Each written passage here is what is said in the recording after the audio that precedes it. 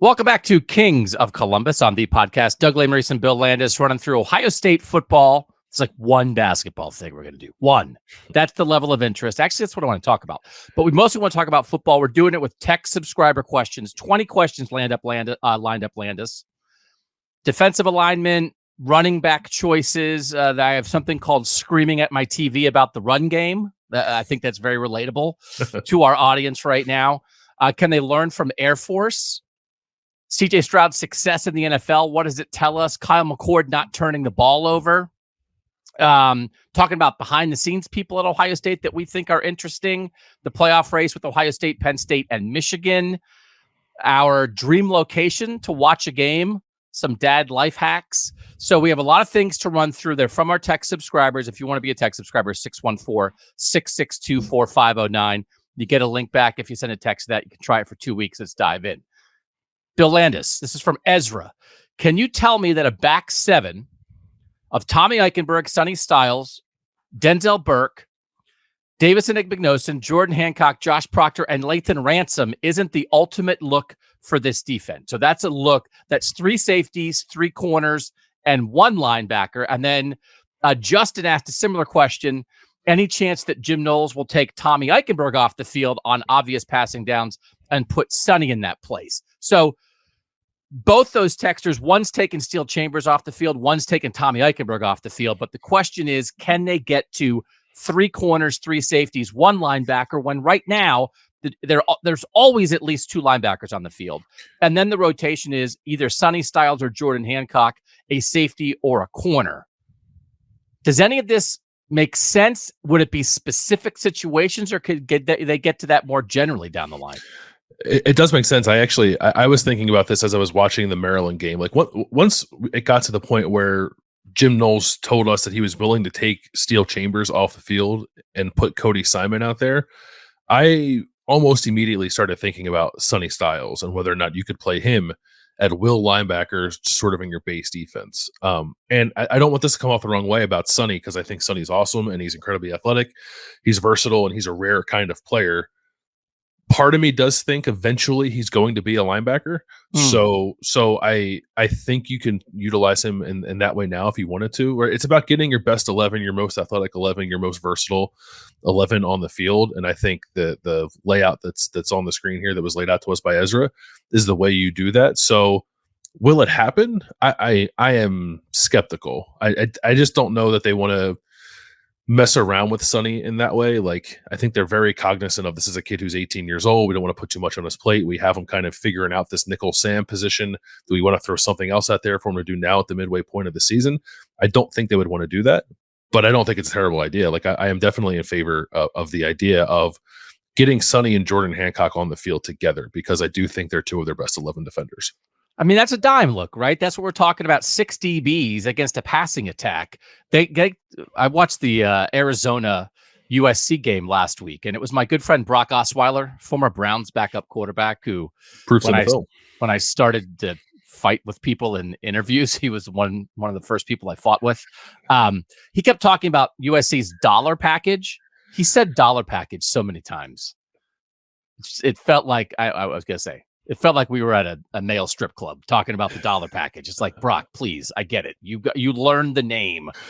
7 DBs against USC, right? So, but it wouldn't be like a base look, or could it be a base look? Like if Ohio State plays Washington or USC or Oregon in the playoff, could that be their base defense? Yeah, I think it could. So they did against Maryland. They did play a few snaps of 3 down linemen, Sonny and Jordan Hancock on the field at the same time. It might have been 2 snaps. Okay. So like they did it. It's a philosophical question for Ohio State of like, do you always want 4 defensive linemen on the field, or like, do you want 4 defensive linemen on the field 99% of the time? I would imagine the answer to that question, at least for Larry Johnson, is yes. For Jim Knowles, maybe he's a little more malleable, because his defense at Oklahoma State like kind of shifted between a 4 down and a 3 down front, depending on what they were trying to do in that particular game. So in the right matchup, I could see it. There's nobody on their schedule now that would lead them there, except for Maryland in obvious passing situations. But yeah, in a hypothetical against a Washington or an Oregon or a USC, I could see it. All right, now I should stop, but I can't. We're supposed to do 20 questions. It's supposed to be moderate rapid fire, and I can't. It's long fire. It's long, drawn out fire. In that look, you're talking 3 defensive linemen. Could you almost use Tommy as the jack, like Tommy Eichenberg, who we love as like a sledgehammer blitzer, sort of is almost like the 4th defensive lineman, moving around, deciding where he's going to attack the quarterback from. And that's 4. And then the back 7 is Steele and these 6 DBs that we're talking about. That's keeping your personnel on the field, but are using them in different ways. I'm trying to do math. So 3 linemen and Tommy. Yeah. Well, because that's the thing. If we're going 3 linemen, then you could go 8 defensive backs, and then I don't know. I guess that's $1.25 package, Brock. I don't know what that would be, but right. So, because really, it's about if you're going 7 DBs. If you're just these people are asking, Ezra's asking about, you just play 1 linebacker. So 4 defensive linemen, 1 linebacker, and then 6 defensive backs. But if you're only going 3 defensive linemen, now you could keep 2 linebackers on the field if you want. I can remember, right? Bob's not here. Like Ohio State, my first year covering them in 2005, they started doing some stuff like in the nickel package when they would keep Anthony Schlegel, and Schlegel's not on the show either. Schlegel, Carpenter, and AJ Hawk on the field together, but Schlegel and Hawk would play linebacker, and Bobby would come down as a rush end. And it's a different look, but it's keeping your personnel, but just giving them different jobs in like a passing down. So like, could you give Tommy a different job and then play all these DBs, but still have Tommy Eichenberg quarterback your defense on the field? Yeah, maybe. Bobby was like 250 pounds, right? And Tommy is not that. I didn't weigh him back then. Yeah, Tommy. We see Bobby every week. He's a big dude, and I imagine he was even bulkier. 10 pounds of hair when he was in his playing days. I don't know that I see Tommy that way. If you want to play Fantasyland, I'd have a conversation about CJ Hicks now. No, we can't have a CJ Hicks. You guys have talked. We can't. There's no CJ Hicks questions in this show because it would derail the entire show for 45 minutes. I guess I'll say it this way then. I don't know that skill set exists in the linebacker room. Because the question is, right, it's best people but best alignment. But a world where you're taking, if you're asking to take a linebacker off the field and truly only have 1 linebacker on the field, I don't think Jim Knowles believes that's their best 11.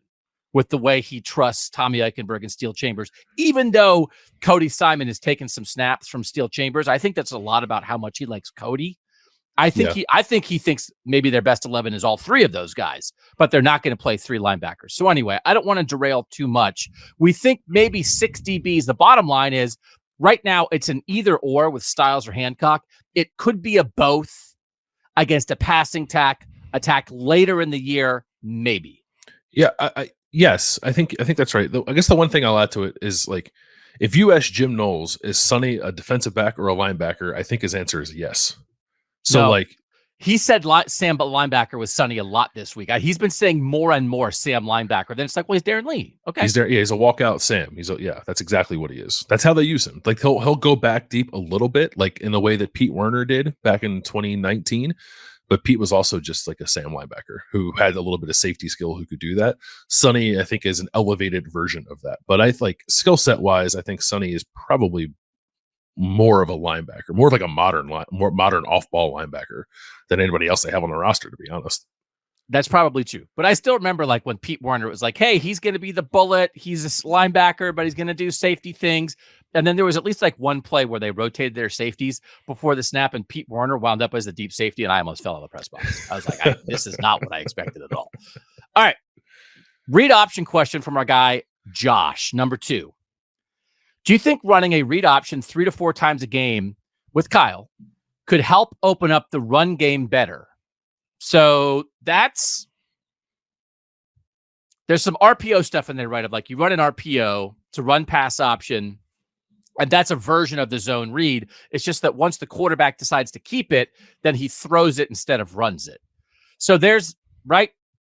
Mm-hmm. That keeps the defense. That's taking advantage of a defense in the moment, keeping a defense on its heels, trying to win post snap. That's one thing. We know that exists. But do you think Kyle, like actually keeping the ball and running it, could or should happen?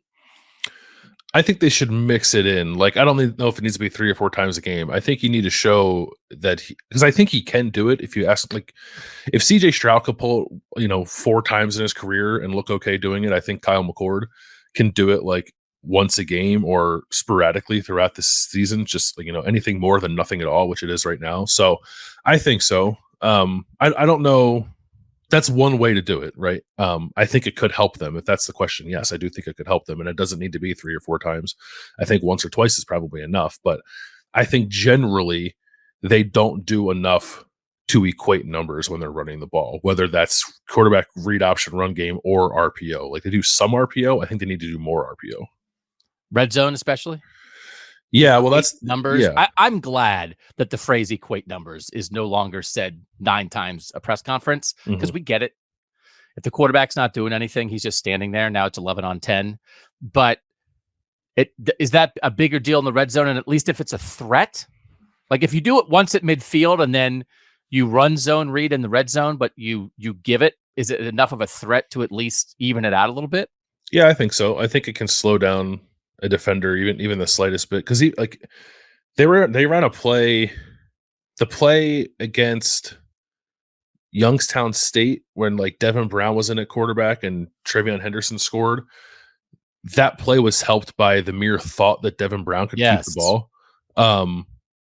So and it's not like Devin Brown runs the ball every time he was in the game. Like he ran it a few times when Ryan Day put him in there, but the defense knew that was something that was possible. And I think showing that even a little bit with Kyle McCord would have a similar effect. We have our producer, Mike Yurstowski, along with us again, as we always will on our Kings shows now. I don't know. We started the Kings songbook on our first couple shows, and then we backed off of it a little bit. I do think when things are said, I want to have something that we can keep track of. And I do like the idea of the Kings songbook.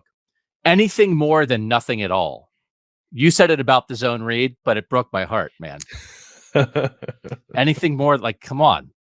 You're a lyricist and you don't even realize it. I don't. It's all the Boys and Men I listened to growing up in Philly. Oh my God. Anything more? I'm crying. Anything more? I'm not going to sing. Anything more than nothing at all. Because it'd have to be anything more is the name of the actual song, and then in parentheses nothing at all. Yeah. So we have to, if we can start keeping track of Bill Landis, accidental lyricist here on Kings, maybe Mike, whenever I'll note it, I'll say, put it in the Kings songbook.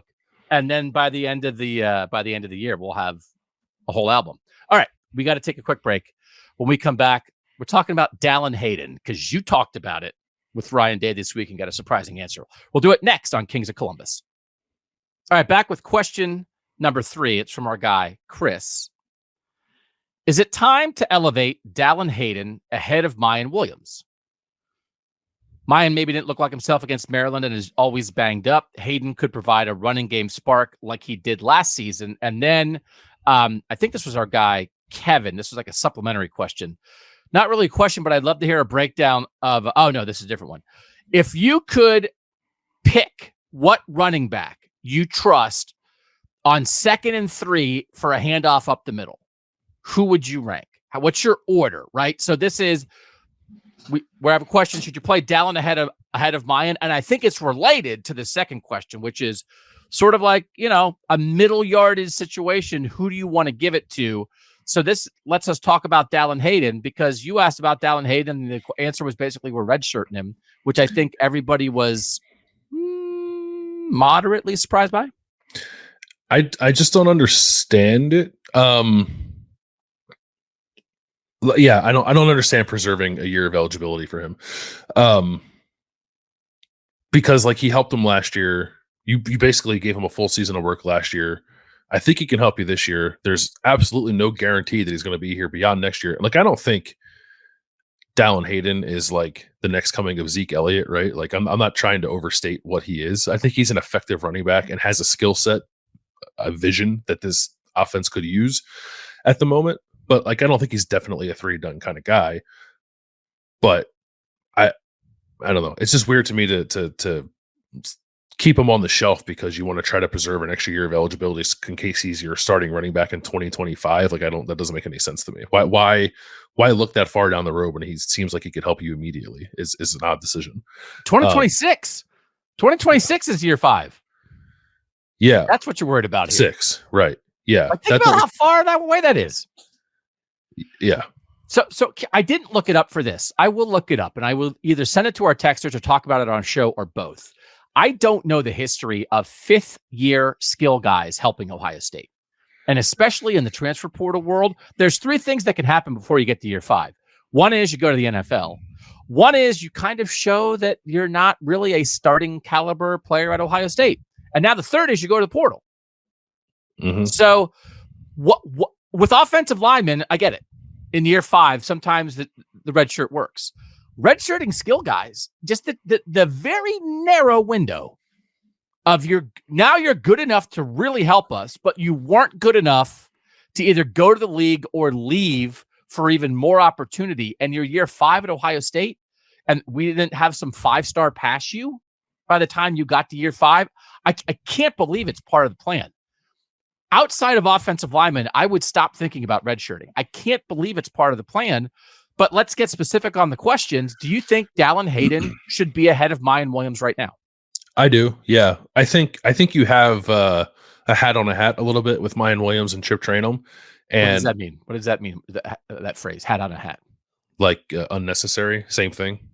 Oh. Yeah. You never heard it before? That's what that means. I thought a hat on a hat was like where like that's what Justin Fry tells the offensive lineman, put a hat on a hat when you're out. Oh, that is for someone to block. Yeah, that is also that is football jargon. Yes, that is true. My good friend Paul Hoynes from Cleveland.com, like the number one story that you hear about Paul Hoynes, who will be in the Baseball Hall of Fame someday as a baseball writer, is one time he showed up in the press box wearing 2 belts. Like that's what I think of. 2 belt Hoynes. Like intentionally, or just forgot that? No, just like you're a baseball writer. It's game 131. You can't remember what city you're in. You stayed out too late the night before, and then you just got dressed and put on 2 belts. I have almost done that. Like I've definitely like taken off my pants the night before, like, and left my belt in the pants, and then the next morning just like put them on, and then went to grab another belt to put on because I couldn't find the belt that I normally wear because it was already on my pants. Yeah. But then I stopped myself. But I didn't actually. You didn't get to the press box. So hat on a hat. So if you had like a Birds hat, you're wearing your Phillies hat again. Mm-hmm.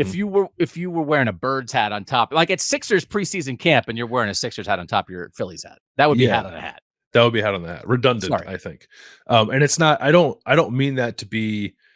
I guess like a shot at either player. I just think Chip Trainum and Mayan Williams are kind of the same guy. And Travion is different, and I think Dallin is different from both of those skill sets too. He's kind of a hybrid of the two. He's a little bit in between. Yeah. He needed more power, I thought, last year, and then he said, like, every time we talked in the offseason, he's like, I got bigger, I got stronger. I want to be a guy who can carry the ball, 15 to 20 times a game for this offense if they need me to. We haven't had an opportunity to see that because they haven't played him, but maybe he has more power to his game now. But if you're looking for a stable of running backs that each time you put a guy out there, you're presenting the defense a little something different, a different flavor, then I think Dallin Hayden should be a part of that mix as opposed to running out Travion and then 2 guys who are kind of the same. 2nd and 3, you're looking to run it up the middle. What's your order of Mayan Williams, Chip Trainum, Travion Henderson, Dallin Hayden? Because I think number 1 on my list is 2022 Mayan. Yeah. I think I would put Mayan, that version of Mayan up there. It's hard this year. I think I'd probably still go Mayan, right? I know we've not seen a ton of him, but I think he is still mostly that guy. So I might go like Mayan. For whatever reason, we have not seen the best of Mayan this year. Yes. We have not seen make a touchdown out of nowhere, run through a dude at Northwestern Mayan. I don't think we've really seen that ferocity this year, in large part maybe because of opportunity, but maybe the lack of opportunity is related to the fact that maybe he's not shown that as much in practice. I think we did say it at the end of the Maryland game, like for whatever it's worth, you're doing it when you're up 20, like maybe, I don't know what that means, but they had one run of 10 yards more in that game. And it was Mayan Williams in the 4th quarter. And he like ran over a guy and Joel Klatt screamed like he looked like the old Mayan on that particular run. So maybe that means the old Mayan's coming back. Yeah. So I would take that version of Mayan, number 1. In the scenario presented, I'd probably go Dallin 2 and then Chip 3, Travion 4. Which is where they are, which is just like,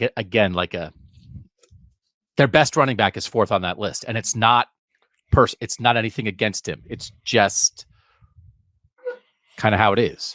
And guys have different skill sets. Whereas if we were doing this in 2014 or 2015, whatever our list was, Ezekiel Elliott would have been number one on every question at running back. And that's just not where they are. Doesn't mean they can't be successful. It's just not where they are. Makes it a little more complicated. Somebody, can I add something on to this? Because I just saw it when I was scrolling through subtext earlier on Wednesday, and it wasn't grabbed for the show, but someone said, like, why can't they play 4? And they cited Notre Dame. I think it's a team that plays more than 3 running backs fairly regularly.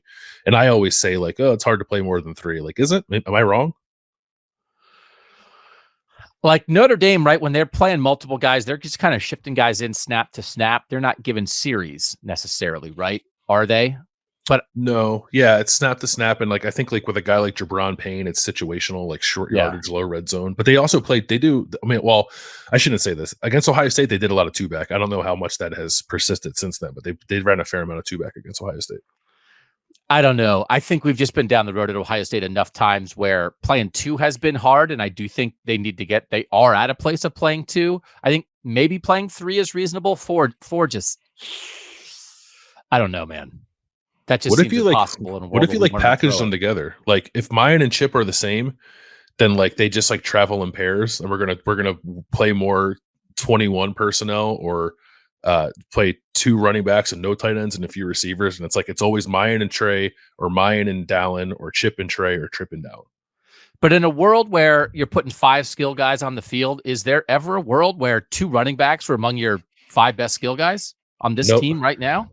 No. So like we're in a hurry to take Julian Fleming and Cade Stover off the field to put in a second running back? Like I don't buy that. Yeah, I mean we're already in the world where they put G. Scott out there instead of a third receiver. No offense to G. Scott. Not a ton, right? I don't know. They did it like 35% of the time against Maryland. It was a lot. They run one, but isn't there more 12 personnel? Isn't there more fundamentally that makes sense about 12 personnel than a second running back? I have not, in the football teams that I've covered the last 20 years, Ohio State and the Browns, the amount of conversations about playing 2 running backs together versus the amount of times running backs have played together and been effective is a gazillion to 1 on that ratio. Mm-hmm. And so I've just kind of given up there. I just don't, and I get if Chip's the modern day Mitch Rossi also, sometimes you want a fullback in the game, but I just don't, I don't know. I'd rather throw it to Julian Fleming than have some like decoy running back who's going to be a lead blocker when that's not actually the thing that he's best at. I don't know. Yeah, it's a fair point. I think I'm not saying like do it all the time, but like Lincoln Riley's made a lot of hay playing 2 backs, and Chip Kelly has too. I think there's ways to like get creative with it that if anything can like throw a curveball at a team. It's not like your base offense, but if they're going to play 2 tight ends on the field 30 to 40% of the time, can we shave off 10% of those percentage points and give it to some 2-back sets? Do you want to do this off season?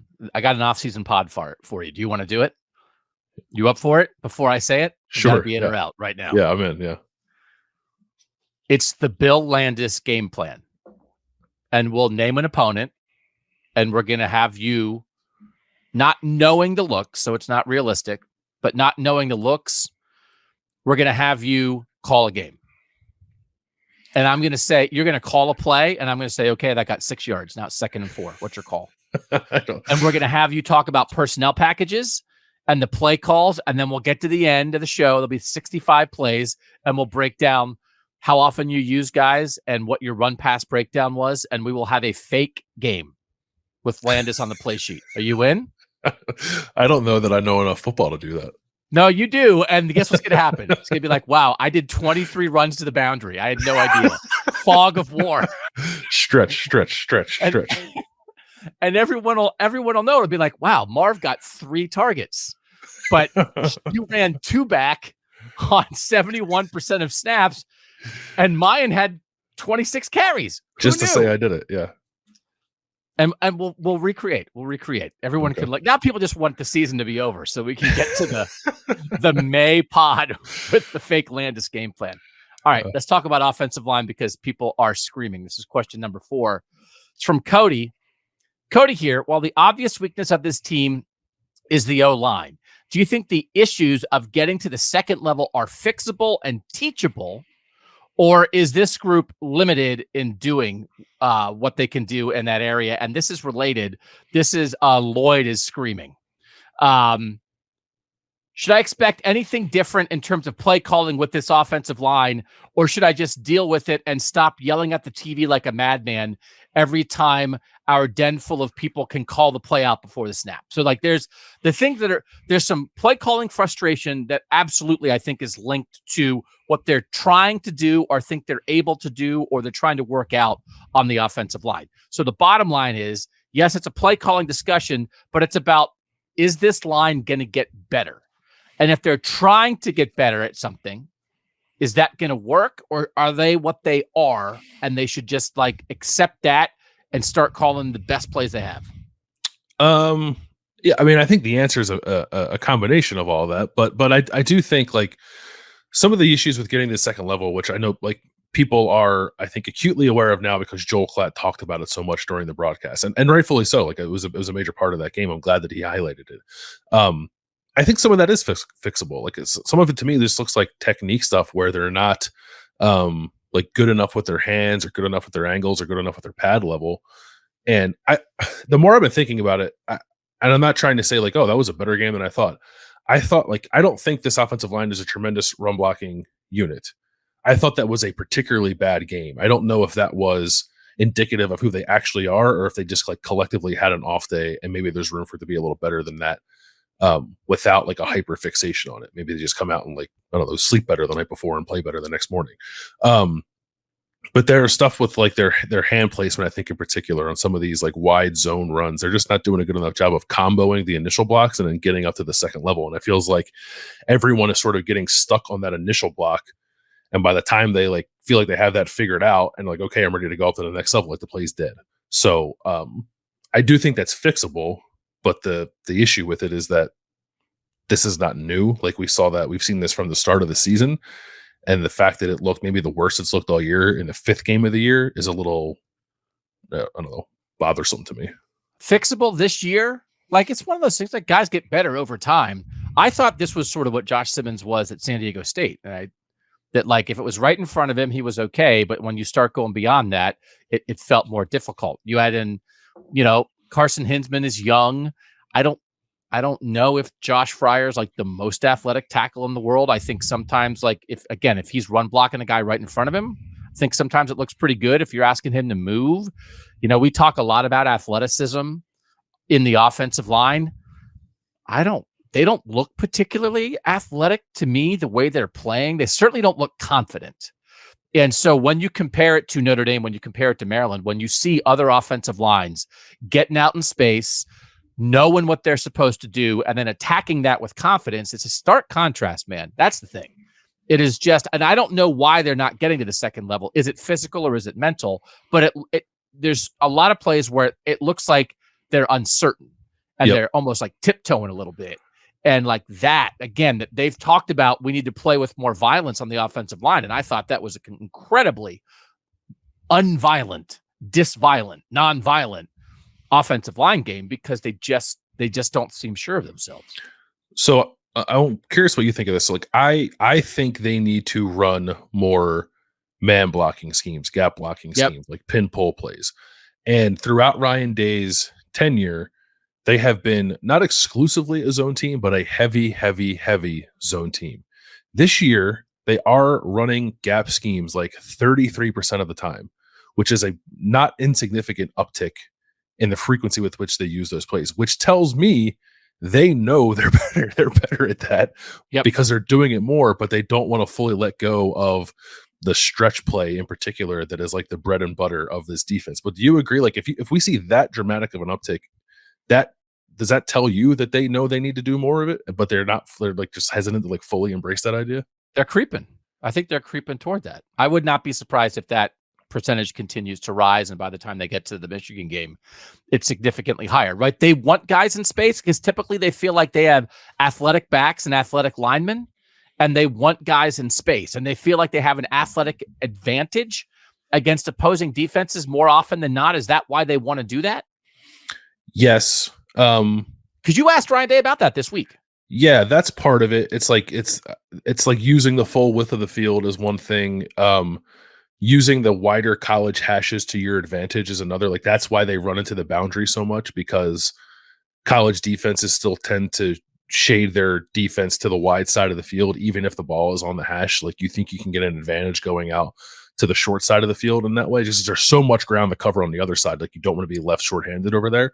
So like they think they can get an advantage there, but they just do it so much that I think the advantage is lost. Like if every single time the ball's on the hash, you run into the boundary 95% of the time, then I think you lose the element of surprise there when you're doing it. So the initial logic I think was correct, but they've kind of like done themselves in by running it as often as they do. I do think generally, and again, conversations with people this year, last year, whatever, there is a point, right, when you're not playing a top 5 team yet, where you are trying to work things out for later. And you're trying to say, we're not good at this. We want to get better at it. And then we watch them and we say, man, they're not very good at this. And it's like, well, do you give up or do you keep trying?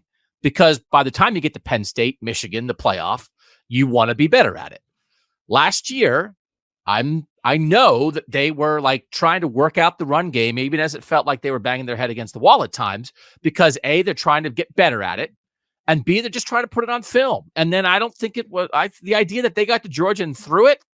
That was the idea the whole way along. Now, and then Chip ran it pretty well against Michigan. Like they did not lose the Michigan game because they didn't run it well enough, right? Like I don't think that's even with all the injuries they had. So like the frustration with some of this stuff now, I do think we have to keep they're working some stuff out idea in our heads. But then when it's go time, and it's going to be go time against Penn State in 2 games, you can't be working stuff out. So you've either got to be better and we can do it, or we're not better and we're not going to do it. So then that's when it matters, right?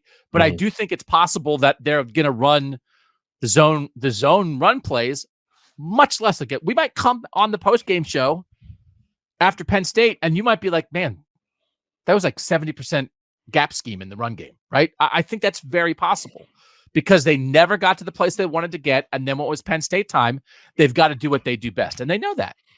Yeah, I think it's possible. Yeah, I mean, I do think there is an element of every year working stuff out. Because like Jim Knowles said something 2 weeks ago, maybe he said something to the effect of like, the thing we do most of the time is practice. We only get very few opportunities to actually work stuff out in a game. But I do think you have to take those opportunities when they present themselves. And it's not like I'm not excusing offensive inefficiency in the first half against Maryland because they were working stuff out, but I do think you need to get a feel for what you do well and what you don't do well. And maybe that was at play a little bit in this game.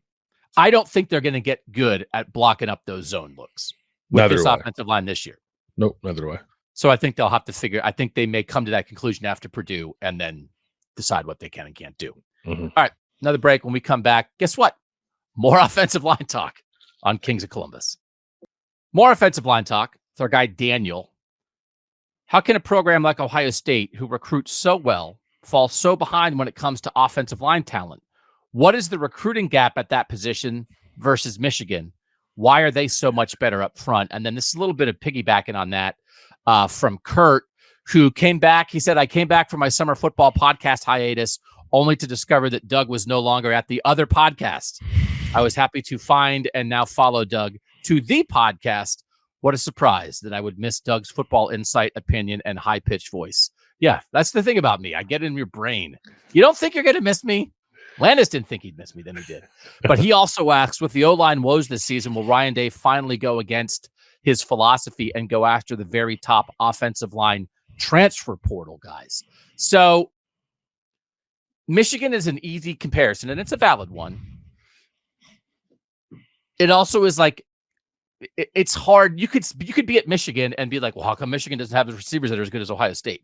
And look at an excellent football team and then just be like, well, Roman Wilson's not Marvin Harrison Jr. and drive yourself nuts. So I don't think it's necessarily fair to like compare maybe what they do best versus what Ohio State's biggest issue is, but it's not completely invalid. Is this recruiting? Is this portal?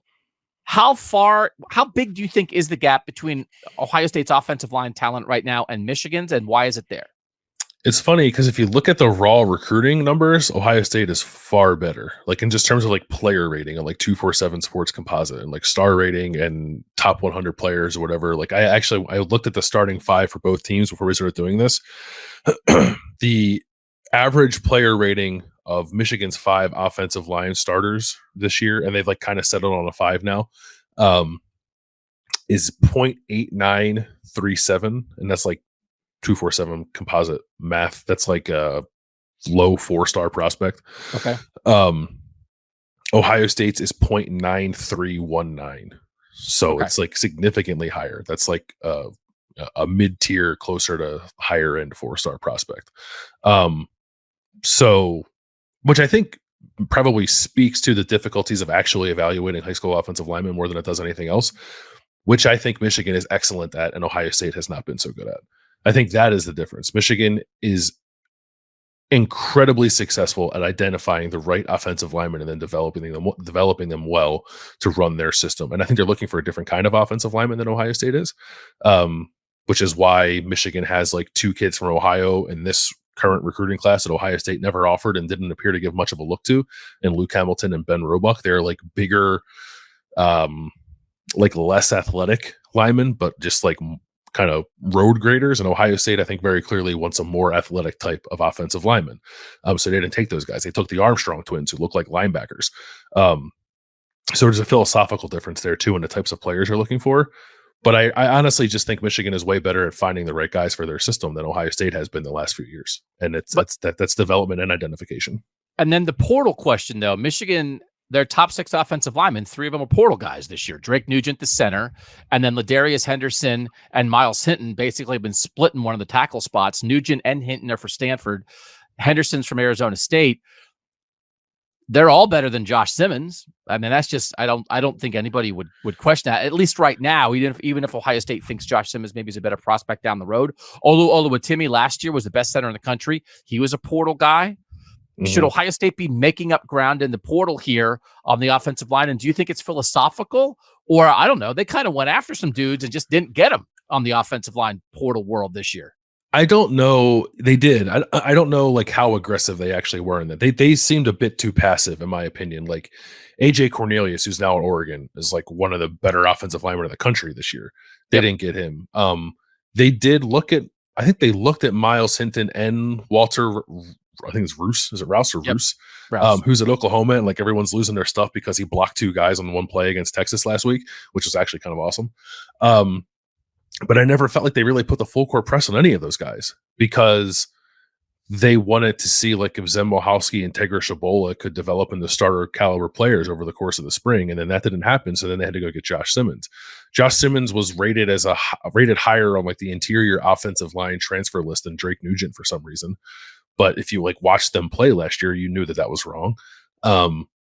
So I don't know if it's like, I think Ohio State is aware of the right guys when it comes to offensive linemen in the portal, but I don't know if the plan is what it needs to be. Like Michigan, I don't think hesitated about going to get those guys. They didn't hesitate about going to get Oluwatimi. Like they identified an area where they were deficient and went out and got the best player they could to fill that hole. And Ohio State did not do that. It's both a one-off and a sign. I don't know which it is more, and I don't want to have the whole show, the offensive line. They lost 3 guys to the NFL. That's tough. Yeah. And one of them was a surprise. And then they also had a recruiting blip behind it that everybody watching this knows. We've talked about it a million times. And then I do think if they would have been more aggressive and gotten 1 tackle, they gotten Ladarius Henderson, if they gotten Walter Rouse, if they gotten Byers who went to Florida State, if they gotten 1 guy, Cornelius, if they gotten 1 tackle, I think a lot of this, better than Josh Simmons, a lot of this would look a lot better. So, and then like they thought Luke Whippler was going to be the center this year. So I don't think long-term it will be as much of a concern as it is right now in front of them. But I think not being more aggressive in the portal on the offensive line in this particular offseason, once Luke Whippler left and once they saw what they were looking at offensive tackle, I think was a gross miscalculation by them. Yeah. And they didn't if you think about where they are right now, so they're it's 2023, right? If you lose guys unexpectedly, you would hope you have enough players in the program to like try to find answers. But in the 2020 recruiting class, like they took Paris Johnson, right, and lost him after 3 years. You can make the argument that there was not another tackle in that class. Like Josh Fryer is playing tackle, Right. but he was a center coming out of high school. He's probably better off playing guard if we're being honest about him. Grant Toutant is no longer playing football and could never get on the field here. And Trey LaRue was playing guard. And then in 2021, they took one tackle in Zen Mohalski. Yeah. Like they didn't, there wasn't enough forward thinking, I think. And like part of that's missing numbers and missing on like bigger players like JC Latham. But they also never seem to have enough like contingency players in place too, but they didn't get their big guys. Just like, oh, we didn't get any this year. I guess we'll see what happens with that. Well, now we know what happens when you do that. And then normally you're just screwed. Except in the portal world, you can solve all your problems. You don't have to be. Yeah. And they didn't. And they weren't aggressive about solving the glaring problem that everybody in and around the program, everybody watching this show right now knew was coming. And they solved it with a San Diego State right tackle who led the nation in penalties. So they did this. Yes, the problems of old were the problems of old. They didn't solve it. And by the way, just looking on the Michigan guys, it just popped up on PFF. One penalty for the Michigan starting offensive lineman this year. 10 for Ohio State's. Mm-hmm. So it's just a stat. Sometimes you just say stats. Let's do an Air Force question. This is our guy, Austin, who sent a very nice note. You guys were talking a few pods ago about the importance of your job. I just wanted to reiterate how important your job really is. I'm an orthopedic surgeon in the Air Force with an amazing wife and a 2-year-old at home. My job is relatively stressful, and I think about it constantly. Between my job and raising a 2-year-old, I have very few things in my life that give me an escape and the respite I need. I have my faith, I have my family, and I have football. Sports may seem trivial in the realm of humanity, but the escape from the drudging of the day that football provides is why it is so important. You guys are an extra daily portal into that escape for me. Between my drives to and from work, the podcast has become an integral part of my day and brings me so much joy in my life. Thank you for what you do. So, that's kind of text that keeps you going, Landis, because like we're never going to pretend we are 1% of what people like that. Most of you watching are like that. Most of you listening are 1,000 times more important in the world than we are. So if we can give you a little tiny nugget, a respite from what you guys do to actually make the world better, then I guess we have a sliver of value. So thank you for sending that, Austin. It means a lot. As an Air Force Falcon fan, because, he's an orthopedic surgeon in the Air Force, they run the ball well against anybody with less talent. I have never thought I would say this, but can the Buckeyes take a play or two from the Air Force playbook to get some creativity in the run game? Landis, you ready? We pulling out some Air Force plays this week. You can ask Ryan Day. And I'm not joking. Like, let's add some creativity. I don't know. Like, there's got to be something in there.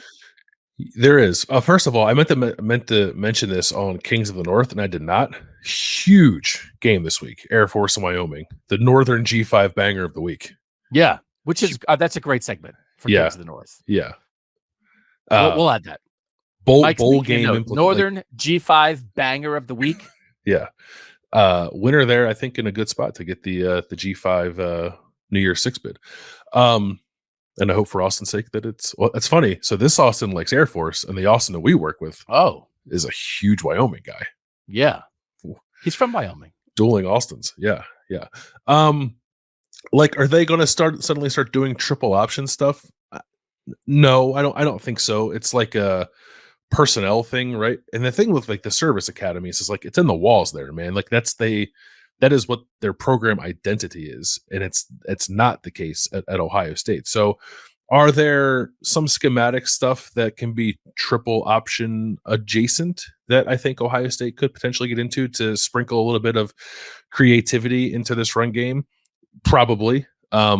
Like there's triple option elements when you're running RPOs, right? There's like run pass options. Like you fake to a back, the quarterback keeps, he can run or he can throw. There's like 3 options built into that one play. I think there's some of that. Ohio State, I think, has shown some of that. Maybe they can do more of it. But I don't think they're like getting under center and like running fullback belly. Like as much as I would like to see them do that, I just don't think they're built to do it. What was the play a couple years ago where they handed off to Garrett Wilson on the first play of the game and he ran like 70 yards? Sometimes the thing that I like about that, some of those looks where like that jet sweep action where you hand it to a Mecca, that usually ends up going wide. Some of that quick hitter jet sweep stuff where you have a guy like that lined up, right, as like an H-back look, and then you pop it quick and you have him sort of hit it a hole inside with that speed, is the kind of thing that I'm thinking about, like a little creativity in the run game where you hit them quick with your speed rather than stretch them out with your speed. The 49ers do some of that with Deebo Samuel, right? Yeah. And I think Emeka Egbuka has that kind of skill set if you wanted to do that. We've not really seen them do that. I will say, like I mentioned that they are running gap schemes more than they have in the past. I think they should do even more of it, but they are running them more. They have like a decent run game diversity this year. They're doing more. I was to say more. They've done a couple like same side running back plays, which is if you're in the shotgun, typically the running play is going to go to the side opposite of the running back because that's a natural. He comes across the formation, the quarterback hands him the ball, and off he goes.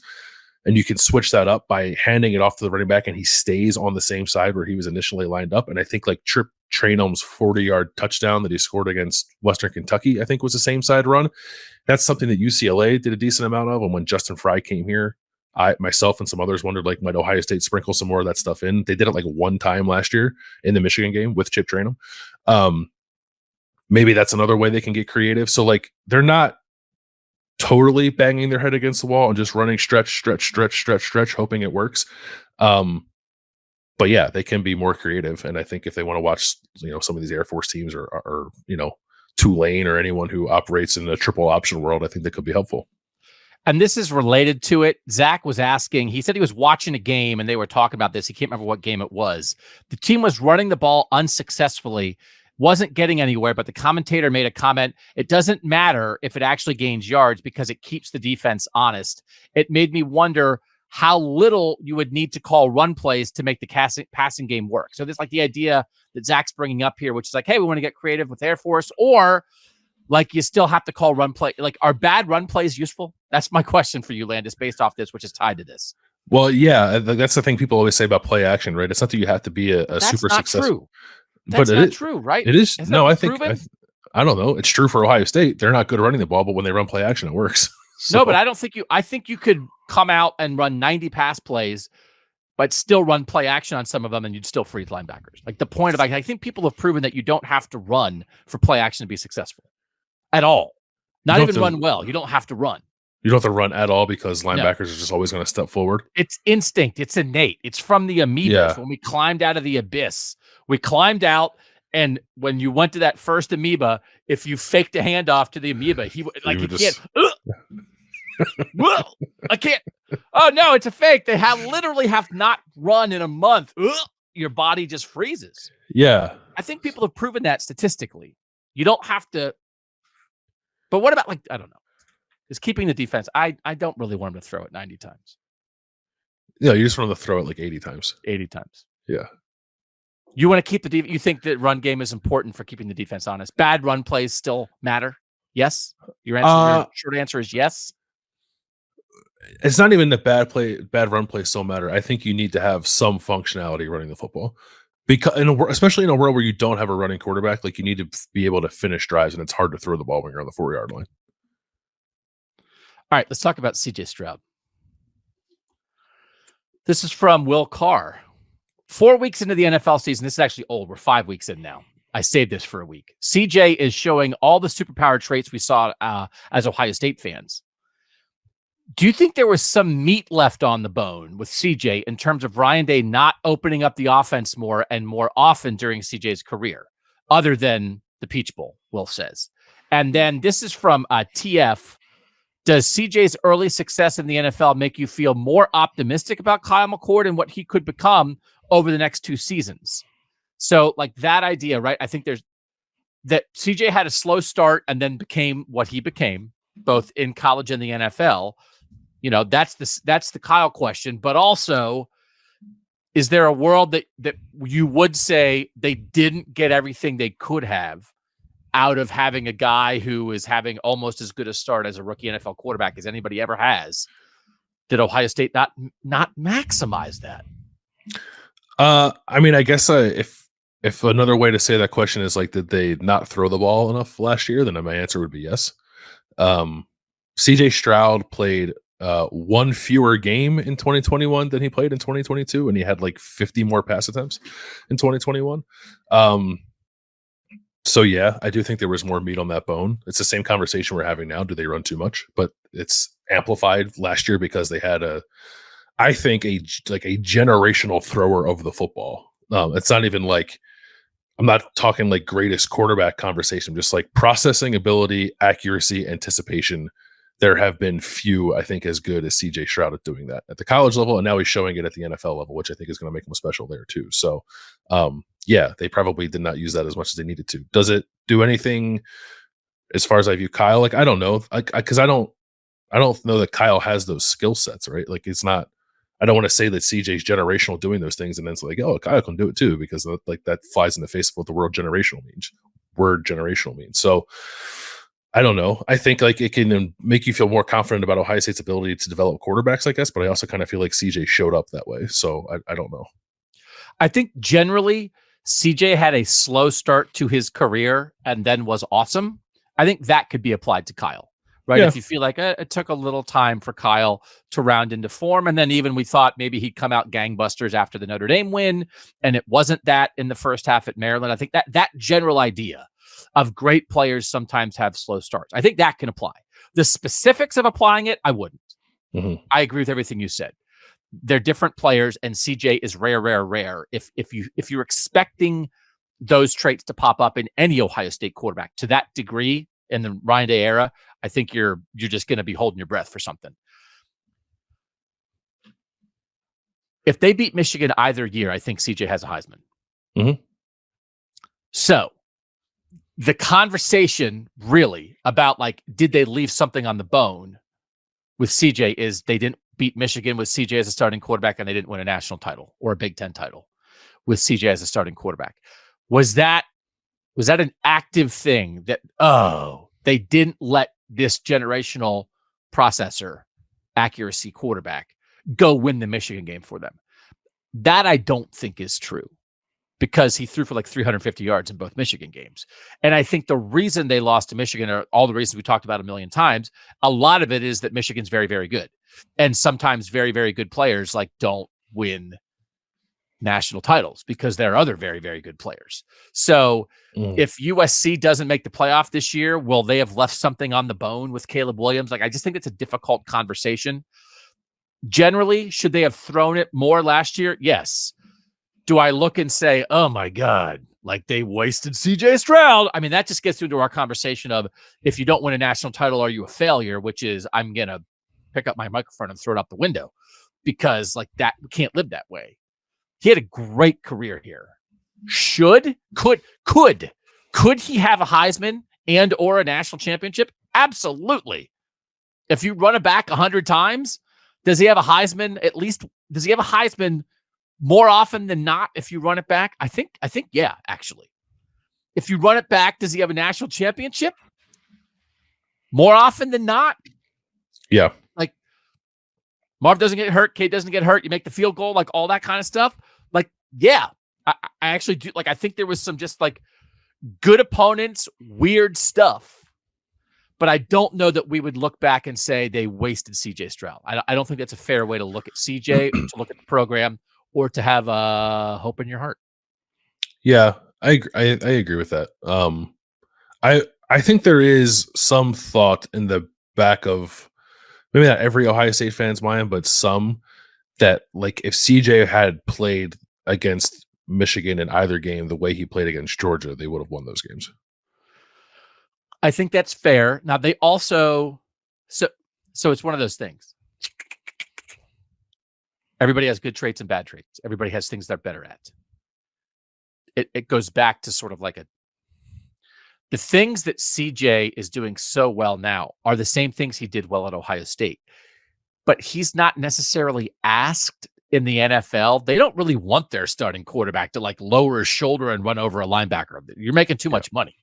And it's like, that's kind of what people wanted him to do more against Michigan, except that's never what he was best at. So if we were sitting here and he had thrown for 211 yards in a Michigan loss, I'd be like, yeah, I don't know. But like he threw for 350 and they didn't win.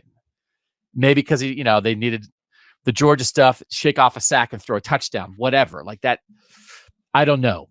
I don't know. I think it's perhaps, and he and I had this conversation last year, and he knew it at the time, that his attributes, what he does best, that actually fits the NFL even better than it fits college. Yep. Because he's like a tight window anticipation thrower in a world where the tighter the windows get and the more anticipation you need, he's like, I'm ready for that. He knew that a year ago.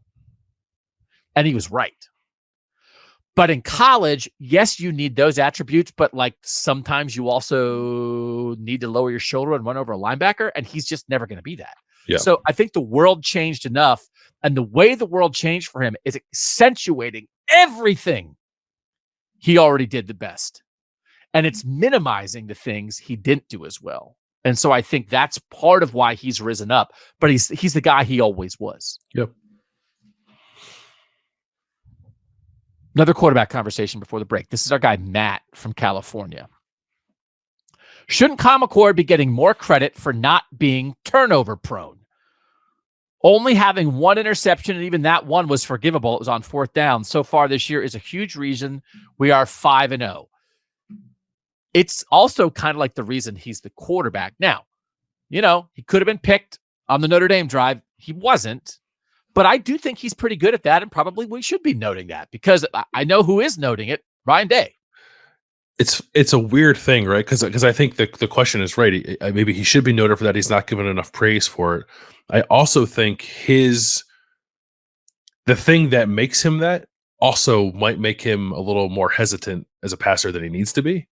Like, is he not ripping the ball enough, or especially early on in these games, because he knows in the back of his mind, like, protect the football, protect the football, protect the football. And I'm not saying like go out there and put the ball in harm's way, but there are some throws I think that we see out there that are tight window throws that require a little chutzpah to fit it in there. And maybe he has not done that as often as he should have. I think that is a trait of most inexperienced quarterbacks. So like, I don't think that makes him unique, but I do think it's like a little bit of an internal battle with him right now. When you rewatched Maryland, how many throws in the first half did you think were there that he didn't take? Like 3 or 4. Yeah. I like interceptions, and I'm not a coach, so it's easy for me to say that. But that's why I like interceptions, because sometimes if you want to make a play, you got to risk a pick. But in the meantime, again, I think it's progress. And I think he's probably erring on the side that Ryan Day wants. And together, when you get to Penn State and it's like, hey man, we got to make some plays against a great defense. We don't want to be loose, but they can watch those Maryland plays and say, you've got to make that throw against Penn State.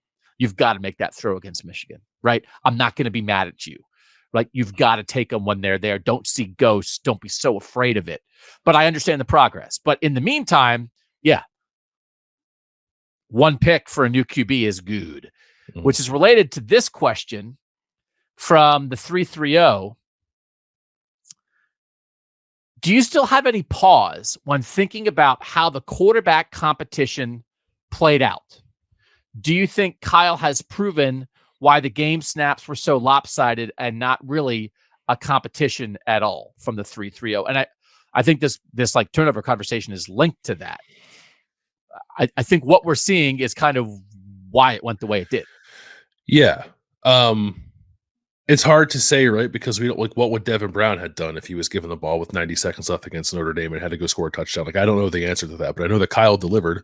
Right. So no, I don't have any pause about it. And I think, like, when Devin Brown was in there, he threw an excellent touchdown pass to Carnell Tate in the Western Kentucky game, but he's also thrown some passes where it's like, what the heck are you doing, man? Like, that was an odd decision to throw that ball. And I think it's the combination of kind of like steely nerves in the face of difficult situations, and knowing when it's time to let it rip, and then also knowing when it's time to protect the football and kind of cover yourself a little bit. And I think Kyle does that probably better than Devin does. I agree. All right.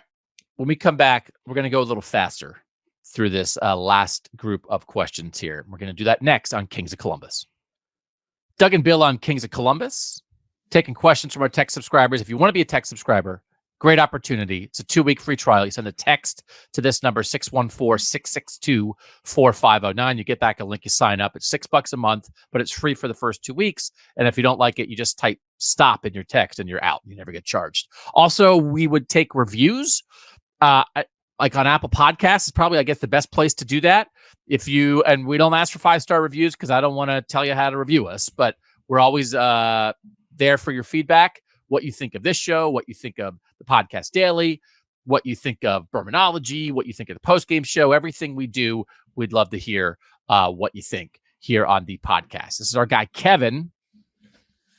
More likely position group to play depth this season, Landis, in a meaningful way. Is it an edge with Caden Curry and Kenyatta Jackson, maybe some Mitchell Melton, or is it linebacker with Cody Simon and CJ Hicks? Where are we going to see the backups actually get some run? I think at edge. It's more the nature of the position there.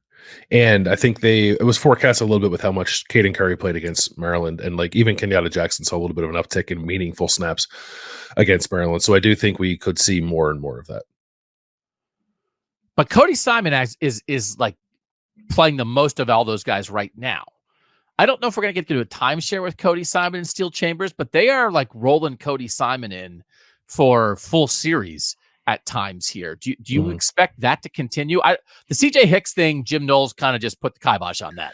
There's old guys ahead of him, but Cody Simon, he really likes.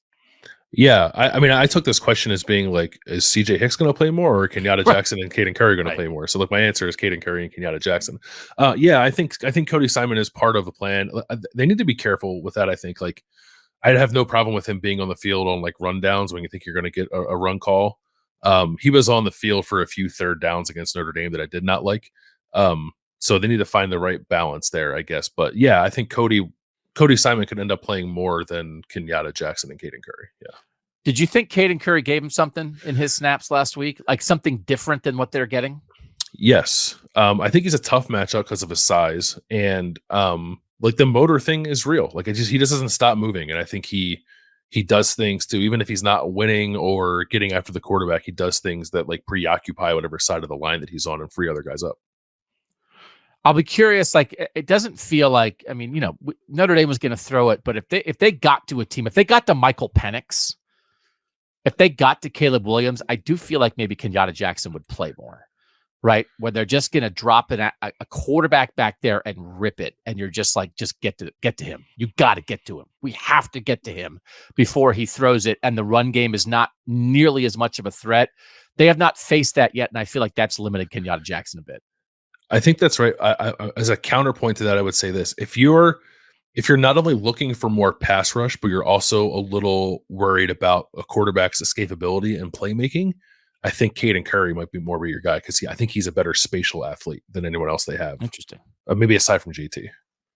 They're going to be, if they got into a semifinal against Washington, and it's like Washington is just ripping the ball and marching down the field, and they're just like, we have to get a sack to get them off schedule, like just like straight line, get to the quarterback. I don't know. Maybe it's just based off what I saw in practice in April.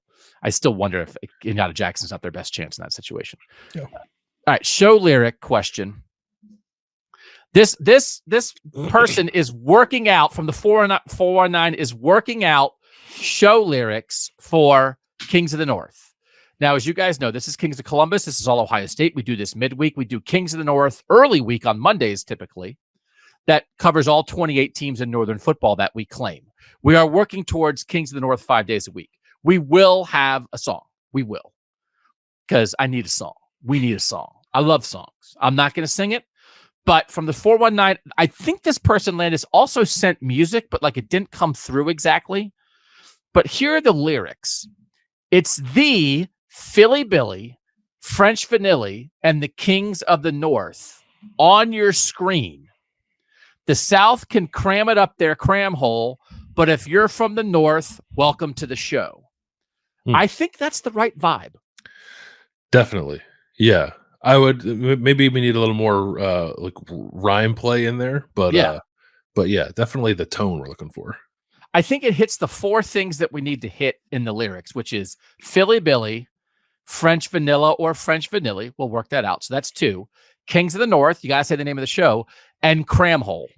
So as long as we have those 4 things, I think that's a requirement for any lyric attempt for the show. But we appreciate from the 419 that effort. We will have a song. Let's get back to football. This is our guy, Adam. I hate talking about referees and officiating too much, but do you think Ryan Day has a reputation among Big Ten officials for being a complainer or a similar accusation like that?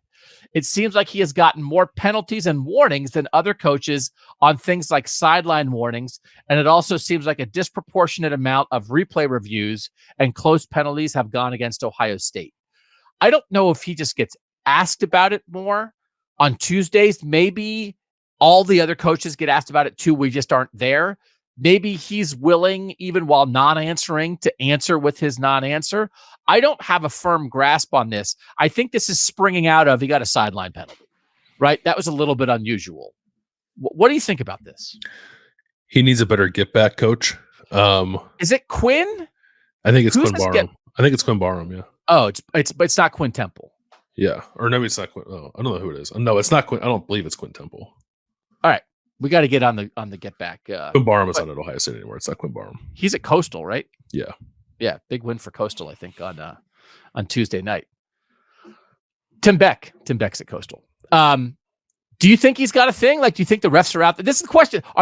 This question is actually, are the refs out to get Ryan Day? Is that and because of something he's done? No, I don't think so. I'd be interested. I am not going to go look up whether or not he is more penalized than every other Big Ten coach. I think Ohio State fans and us live in the Ohio State bubble, so we are hyper aware of the things that happen to us and to the team that we pay attention to, and not so much what happens to everybody else. He is asked about it a lot, and I think that fuels these fires a little bit. Not that they're invalid questions, like there's stuff you want to. Hey, did the Big Ten say anything about this? I think that's a valid question, but he does get asked about it a lot. They have had a couple things this year, like the Marvin touchdown that didn't count, and a couple plays where it's like we're kind of in the moment. They do a lot of this stuff is, I think, related to the passing game, and they throw it more than most teams in the Big Ten, so they sort of create these situations. If you're Iowa and you're just slamming the ball into the line 60 times a game, there's not as much. It's like whatever, you know what I mean? So I do feel like maybe the way Ohio State plays creates more opportunities for potential controversial plays, but it just came into a head because he accidentally bumped into a ref, right? That's why he got the sideline call. Didn't he bump in? He bumped in. Yeah, and I think they got a warning earlier in the game. Yeah, you can't bump. He's fired up this year too. Do you think he's fired up? Like, this is not just a Lou Holtz question, but like, do you think he's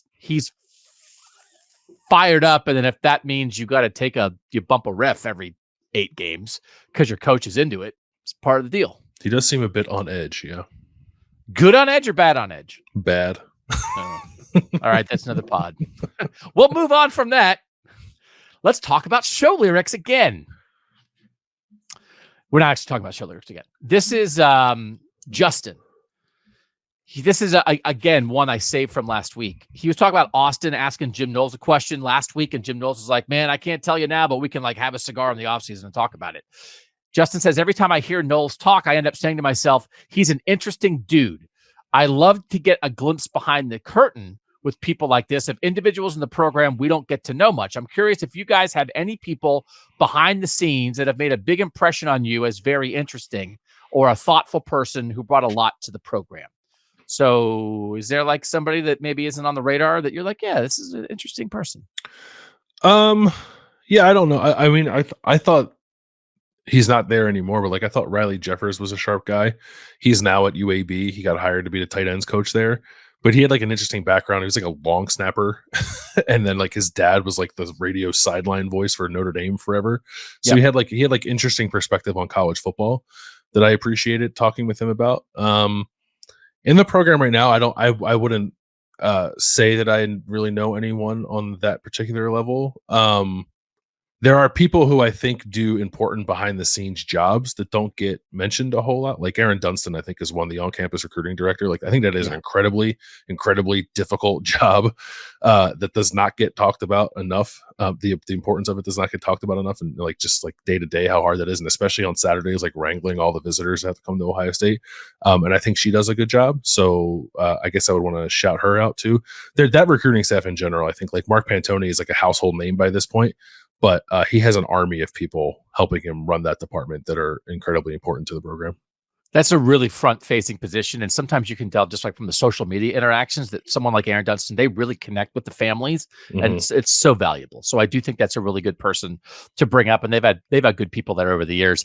I will talk about Quinn Temple a little bit. If I was still writing, I would have written this by now, I think, because I've been telling Quinn I'm gonna write this story, then I stopped writing. But he is really Ryan Day's right-hand man right now. He used to be the guy on the microphone at practice, and he's not that anymore. He's Ryan Day's chief of staff. And when we are at practice, when we are there on a Wednesday, when we see Ryan Day walking off the field, he is walking right next to Quinn Temple every single time. It really is like chief of staff for the president. Like, this is your right-hand man who is always at your right hand. And that's a change this year. It's an elevation for Quinn, and it is his job to clear the deck for Ryan. As Ryan has a million things to do, they have made a specific choice to have Quinn be like the clearinghouse for Ryan Day. And I think it's like a really important, interesting job. And in a world where we talk about Mark Pantoni as much more like the general manager, personnel director of the program, now we're talking about a person who's a chief of staff of the program. There's a lot of this that is professionalized, corporatized, right? And I do think, I don't mean that negatively. A lot of times when you talk about corporate stuff, it's like, oh, red tape or whatever. But I think this is a good example of, this is a big time operation. This is not a guy just calling plays, blowing a whistle. And so I think like Quinn is an interesting guy who has worked his way up and has earned the trust of Ryan Day, and is in a, like, Ryan Day is like, you tell me what's important, and then I'll do. If it's not important, it stops with you. So I've told Quinn a million times, I'm doing a story. He's like, no. I was like, too bad, I'm doing it. So maybe we'll do it on a podcast, get Quinn to come on sometime. Like the guy who maybe would have been the answer to this a year ago is Keenan Bailey. Because the way Ryan Day talked about Keenan Bailey, Ryan Day would always be like, so we were trying to figure out this, we were trying to like analyze this, and then like Keenan Bailey made a chart. And you know what I mean? And it was like, why is it like, wouldn't it come up a lot of, and then Ryan Day and Keenan Bailey, was like, why is Keenan Bailey this important? Well, this is why Keenan Bailey got a full-time assistant job, because even while he was a GA or a quality control guy working his way up on the staff, he also gained the trust of Ryan Day. Yeah, you always heard his name. You heard it more, I think, sort of privately, because I think they didn't want to put him out there too much for fear of losing him. But then I think maybe over the last like year or two, Ryan Day got more comfortable, I think, talking about it out loud, because he just figured he was going to be able to keep him and promote him eventually. All right, let's do a Ryan Day philosophy question. This is from our guy Khalid. Always asks good questions. Do you think Ryan Day might be hitting a saturation point with his innovation right now, like any schemer would after some time? Most importantly, do you think Ryan Day is open to changing his philosophy like Knowles did this offseason?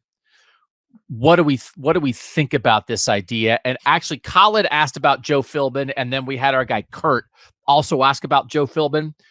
I don't expect him to save this offensive line, but is there any chance Joe Philbin can help scheme something up moving forward? So Joe Philbin, former head coach of the Miami Dolphins, was Brian Hartline's head coach, has been brought in. He's like the big time analyst hire, not in money, but in, hey, this guy's got a great resume, and now he's just kind of helping out at Ohio State. I think those questions are lumped together. Does Ryan Day, is that saturation point, I think, is really interesting. Because then to me, does he need more outside voices? And could Joe Philbin be one of them? Yeah, I think anybody in that offensive meeting room could be one of them. Like in terms of like Joe Philbin's an offensive line guy. His background, if I'm not mistaken, is like pretty zone scheme heavy as well. So what is out there that he could show them that they're not already trying to do? I'm not sure. He can maybe help them shore up some of the finer points of it, but I don't think he's got like, hey, I got these 6 run plays you've never run before. Let's try these. I do think there's potentially an oversaturation point. I have felt like this season, and it's like it's with any team, right? I'm sure if we covered Texas or Oregon State and we watched every single one of their games, we could call out what they're going to do with a reasonable amount of success. So like, I'm not trying to say that Ohio State is different in that regard, but there are certain positions on the field, down and distance, like vibe of the game where Ryan Day is trying to do things, and I think the defenses have a beat on them, and like they're just not working. And I thought he even admitted that a little bit after the Notre Dame game when he was talking about concepts, especially on early downs, that like just weren't successful, which is why they had to be so good on third down and then in that 2-minute drill. So I think he's aware of it. Whether or not he is inviting enough outside influence of just ideas or tweaks to give those ideas his concepts a little bit of a different look, or try some new things altogether, I think is a valid question, because I think it's hard, right? He has this job because he was so successful at doing those things, and they've largely worked. But I think every coach has to sort of like adapt on the fly after a little bit of time. We're seeing Jim Knowles do that now, so maybe there's an element there that Ryan Day can learn from Jim Knowles. I'm not saying that like his offense has gone stale, because that's clearly not the case, right? At least we saw the second half of the Maryland game. But I think there could be there are probably ideas in that room that might be able to help Ohio State get out of this funk a little bit if Ryan Day were to be open to them. I think they need another voice. I think they need an outside voice, which is why I don't love all the internal hires. We talked about Keenan Bailey. I do think Keenan Bailey earned it, but he's familiar. Corey Dennis was hired because he's familiar. Justin Fry had a previous relationship with Ryan Day, comes from Chip Kelly, who was Ryan Day's mentor. Familiar. Tony Alford has been around since Ryan Day got here. Familiar. Brian Hartline, been around a long time, promoted from within. I'm not saying he didn't deserve to be promoted to offensive coordinator. Familiar. I think they could use an outside hire. When the defense wasn't good enough, they hired somebody and said, come do your thing. I'm not saying that, but I think they could use a fresh voice, which is somebody who comes from a different tree, looks at it a different way. Mm-hmm. Not to take over for Ryan Day, but to add some new ideas to Ryan Day, while Ryan Day has a gazillion things to do. Mm-hmm. And I think that could be your quarterback's coach. Rather than an internal hire who had not been a full-time assistant before, you bring in somebody who is maybe scheming it up at, Troy, which is actually funny because that's the name of Corey Dennis's son is Troy. Not to get that's not what I mean. I don't mean bringing Troy Dennis or Corey Dennis. Scheming it up at South Dakota State. You know what I mean? Like just like somebody who's a smart new offensive mind who would take an assistant job at Ohio State and just add a different voice, just a different way of thinking about offense. Listen, man. Having gone through the Tressel era and the way people talked about stale offense at the end of that, and everybody on that staff and everybody thinking offensively with Jim Tressel was internal, was of a single mind, and you could feel that offense with all the success. You could feel the offense getting stale in real time. It's like a loaf of bread on the shelf, man. Like you need something else there. It's not there. That is not where we are. Yeah, but we're approaching that if they're not careful. There are guys out there like that, right? I think and it would require some reconfiguration of Ryan Day's current offensive staff. And I'm not like I don't think either one of us is saying go blow the thing up. I don't. That's not where they're at. But they've been doing the same stuff for a long time. There's not been a lot of turnover on that offensive staff, like especially compared to the defensive side. I think what's the stat that I looked up last year, I think, or when they hired Jim Knowles, like turned it over to the defensive staff again, it was like they had like 13 different defensive coaches over the span of like 4 years. And I think like 6 or 7 offensive coaches. Like, and there's a lot of mainstays there, which is fine. I think they're good football coaches, but after a certain amount of time, like I do think you need an infusion of new ideas. And like you bring in a GA from somewhere, maybe that guy has ideas, but I think we're talking about something more substantial than just that. And the difference between continuity and being stale is whether you win or not. If you win, it's continuity. If you lose, it's stale. Right. They're winning. Yep. They are. But I just think it's something they need to be aware of and have on their radar. And I just like the next hire on offense has to be outside. It has to be. You cannot just promote the next GA that comes down the pike because it's, you know the person or you have trust with them. I think they just need some freshening up. All right. Like I'm not in a pound the fist way. And like Joe Philbin's a great addition, right? But even that sort of fits in with what they're doing. But I think it's someone who needs to be empowered beyond an analyst role. Yep. Honestly, right? Not pounding fists. We're not pounding fists. Raising ideas. Just a little suggestion. So, question 15. This is from Brad. If Ohio State scores 30 offensive points against Penn State, will that prove that Ohio State will beat Michigan and win the national championship? Is this like Penn State's the next test? If they pass that test, because like 30 against that Penn State defense, I think they'd be pretty successful. They pass that test, is it like, boom, good to go? I don't know. I just think the Michigan game is such a different animal that I don't know that you could draw that straight of a line to it. The Penn State's defense last year was pretty good, and Ohio State put a number up on them. They had some help with defensive scores in that game, but then that had no bearing whatsoever on how the Michigan game played out. So, I think it would be good to see that because it would show us what the ceiling of this offense is. But I don't know that it would guarantee anything beyond that. I think it maybe would do what last year's game did, though, which is they worked it out. Again, that was a work it out game. There were people who were mad after the Penn State game, and I very much was like, man, they worked it out. They figured it out against a very good defense, which I think for the most part, and again, they didn't score enough in the second half against Michigan, but should have made it that you're not scared of any defense. I do think the Penn State game like relates to the Georgia game. It's like, man, don't be scared of Georgia's defense. Like Penn State defense is comparable, and they figured it out there.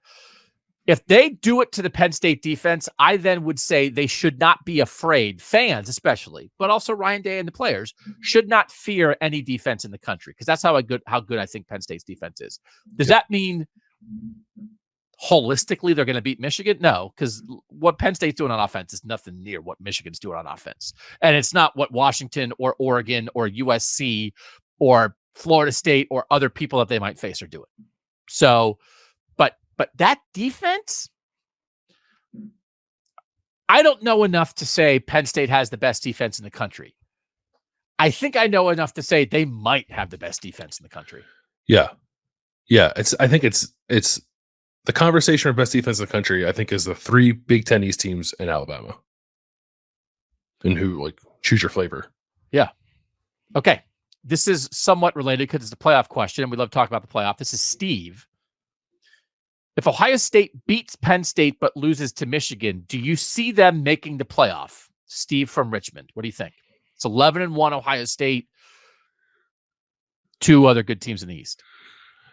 I mean, yeah, I guess I would need to know what else is happening around the country because the Big 12 can get a little weird. I think I'm in agreement with you on the Pac-12 probably eating itself alive and maybe not being there, which would help Ohio State as it did last year. So yeah, I think so. And it's different. If last year was enough to get them in, then why wouldn't this year when the win against Notre Dame was on the road and Notre Dame is better than last year's Notre Dame team? Yeah, I absolutely think they can get in. So the context obviously really matters because I have said and will continue to say I think the Big Ten is in very good shape to get 2 teams in the playoff. But one of the reasons Ohio State made the playoff last year is because the ACC didn't have a playoff team because Clemson lost to South Carolina. And the ACC champ had 2 losses. In a world where potentially Florida State or North Carolina, it's not going to be Louisville. It's possible the ACC champ is a pretty good team with a good record. Still potentially undefeated, but maybe 1 loss. It is possible that the Pac-12 team is an excellent team with a very, very good record. I think the winner of the Pac-12 will be an excellent team. They just might have too many losses because they beat each other up, but they also might not. Oklahoma might get there, man. I don't know that they will. I would bet against Oklahoma going undefeated right now, but it's not apparent who's going to rise up in the Big 12. And just in this world, in the 4-team playoff era, more often than not, those other 3 conferences that aren't the Big 10 and the SEC, a lot of years, especially recently, they've kind of knocked themselves out. And there hasn't been it's possible all 3 of them put forth a legit playoff contender this year. Let's say Florida State, Oklahoma, and Washington. Very possible. It's possible, as we sit here now, that it gets dirty. Like, if Florida State, Oklahoma, Washington, Georgia, and the Big Ten champ all have 0 or 1 loss, I don't know what we're going to do. Yeah. Right. So that's possible. But all those things you fear, they very seldom all happen. So as long as like everybody doesn't make it through okay, I think this scenario, Ohio State would be in very good shape, because I think the Big Ten East should have and does have a lot of respect. And potentially, especially if it winds up 11-1, 11-1, 11-1, this might be good enough to make the playoff. I mean, make the Big Ten championship game. So we don't know how, because the tiebreaker you don't know yet, right? Because it's based on like who you play in the West and how good those West teams are. So anyway, not for sure, definitely possible. This scenario: beat Penn State, lose to Michigan, make the playoff. That's where we are. This is a feelings question from Josh. When Urban left and Ryan Day first took over, you could tell there was a difference in how the players played. Urban ruled with an iron fist, and guys often played scared of making a mistake. When Ryan took over, players were playing faster and had less of that tense feeling and fear of making a mistake, which let them play faster and better in 2019 and 2020. Since losing to Michigan in 2021, they have been playing tense again, with the exception of the Georgia game. Not the most cut and dry question, but is anyone else feeling that? And what's the solution? Do you think they're tense since that Michigan loss? Yeah, I do. I think they do play tight. Or they have played tight in like the bigger matchups, with the exception of the Georgia game since losing to Michigan in 2021. I do think that's real. I don't know the solution, I think, is just like letting it go. But I don't want to pretend that I know that that's easy, because I've never really been in that situation. But I do think it's real, right? Do you not feel that? Do you feel they're playing tight? So for sure, I mean, I've said it a million times. I'll always say I thought the 21 Michigan loss was about football. I thought the 22 Michigan loss was about intangibles. I thought they played tight in that game.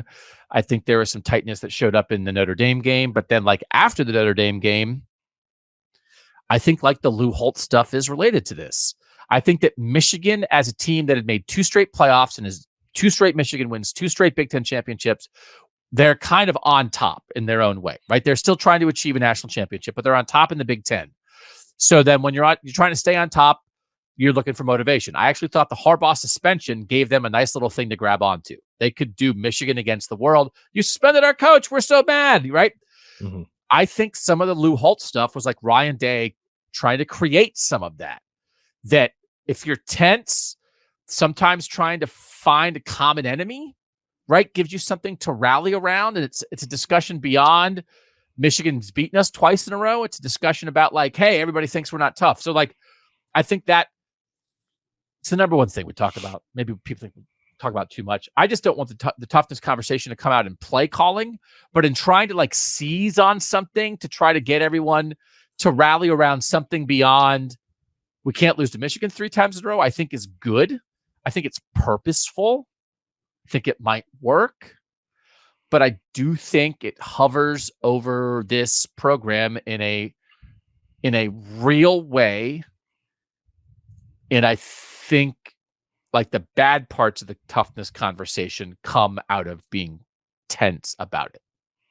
Yeah, I agree with all of that. I do wonder, like, I can't remember who was favored in the Ohio State Michigan game last year. I think Ohio State at home. Yeah, Ohio State. Like, they're not going to be favored. Everyone in the world's going to pick Michigan to win that game. I think they might be able to channel something different than they've been able to channel the last 2 years because of that. Yeah. I mean, like passing that off, like, hey, like we're not the best team in the Big Ten anymore. Like, not that, like people don't think that. There might be something there. But yes, I do think they've been tense. And yes, I think it showed up on the field last year. Mm-hmm.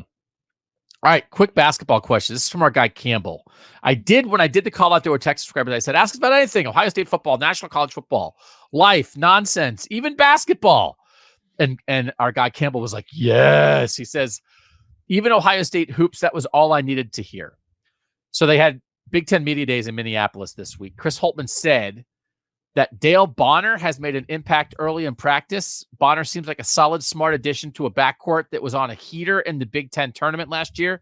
Can you two justify my optimism that this year's transfers, Bonner, Evan Mahaffey, and Jamison Battle, will complement the team better than likely Sean McNeil and Tanner Holden did last year? It seems like Holtman was more strategic when he went portaling this past offseason, but I want to hear what you guys think. I don't know who those people are. Yeah, no. I've abandoned basketball. I guess I will say this with the caveat that like I liked the additions they made last year. Oh, I didn't like them last year at all. At this point, like I thought that you liked them last year going into last year. You called McNeil Musket Justin, I know, and like that was a good name, wasn't that a good name? It was pretty good. Yeah, he was better than Justin Arts. Yeah, because they like needed shooting, and McNeil gave him that, and like Ice likely. I thought they could be impactful last year, but I do agree with the premise of this question that I do think they were more strategic about like who they added and where they added this year. And I think like Dale Bonner is a big piece of it. Like they needed another ball handler. They needed somebody else to take a little bit of the burden off of Bruce Thornton. And I think Dale Bonner can do that. They can play together certainly, but like if Bruce Thornton doesn't need to have the ball in his hands at every waking moment of the season, then I think that is helpful for him. He like if you look at his numbers, right, he wasn't an overwhelmingly impressive player at Baylor. But I think on both ends of the floor, he gives them something they needed from the guard position. And I don't know, like Jamison Battle is a scorer. I don't think he's a good defender. I don't think he's a good enough rebounder for his size and the position that he plays, but he's shown an ability to like fill it up in the Big Ten. Now he did it on teams that weren't good.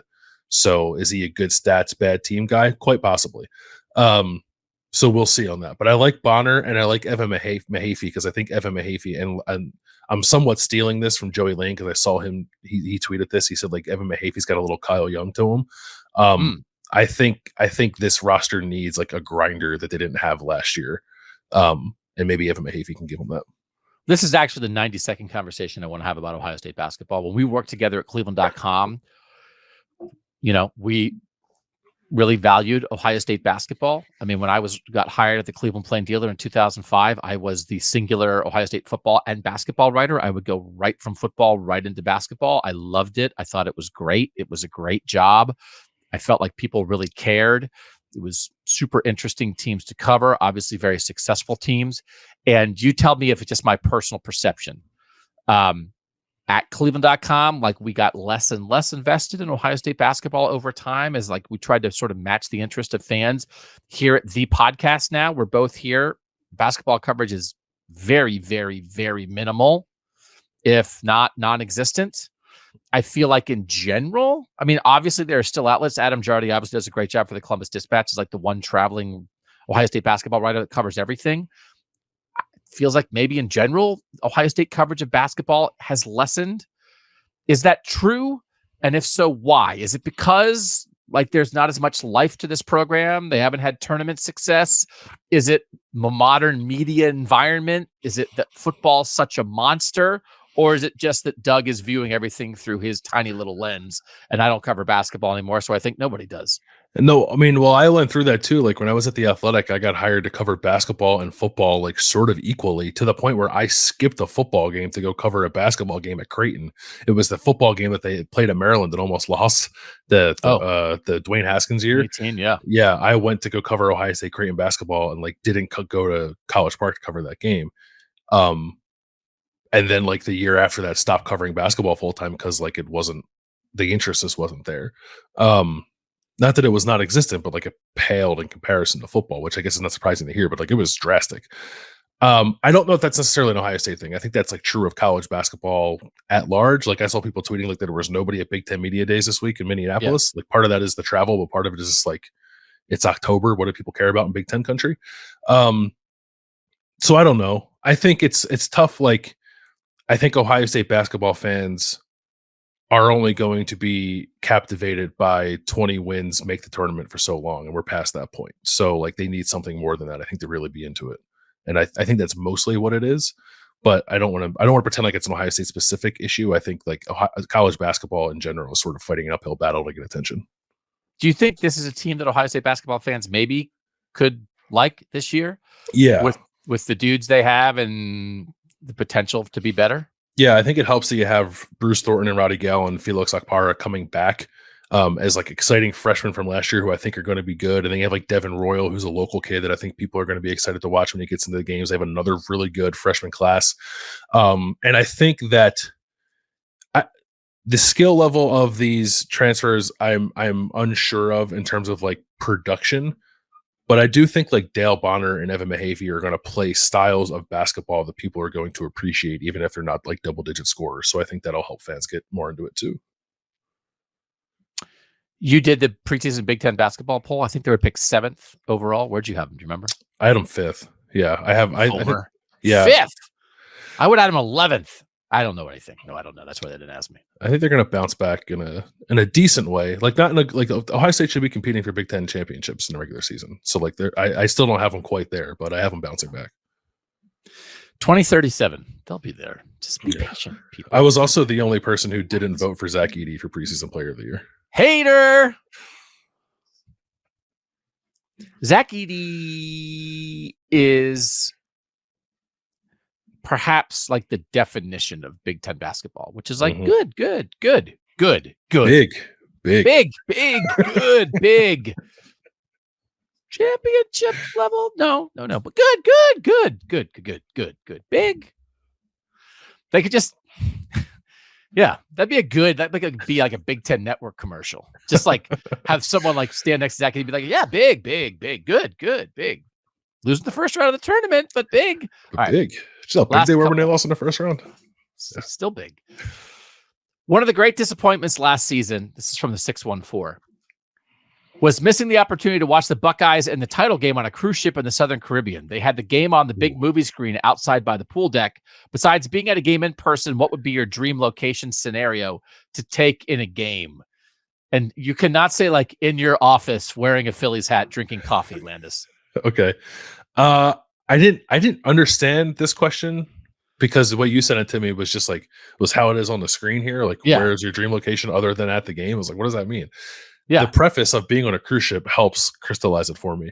Yeah. My answer, I think, would be like, like those underwater or just overwater bungalows you can get at like some of these like South Pacific resorts. I want to be in one of those watching the game and then like be able to like walk out of the room that I'm in and like go down the water slide into the ocean during commercial breaks and then just like pop right back in and I'm back watching the game after the commercial break.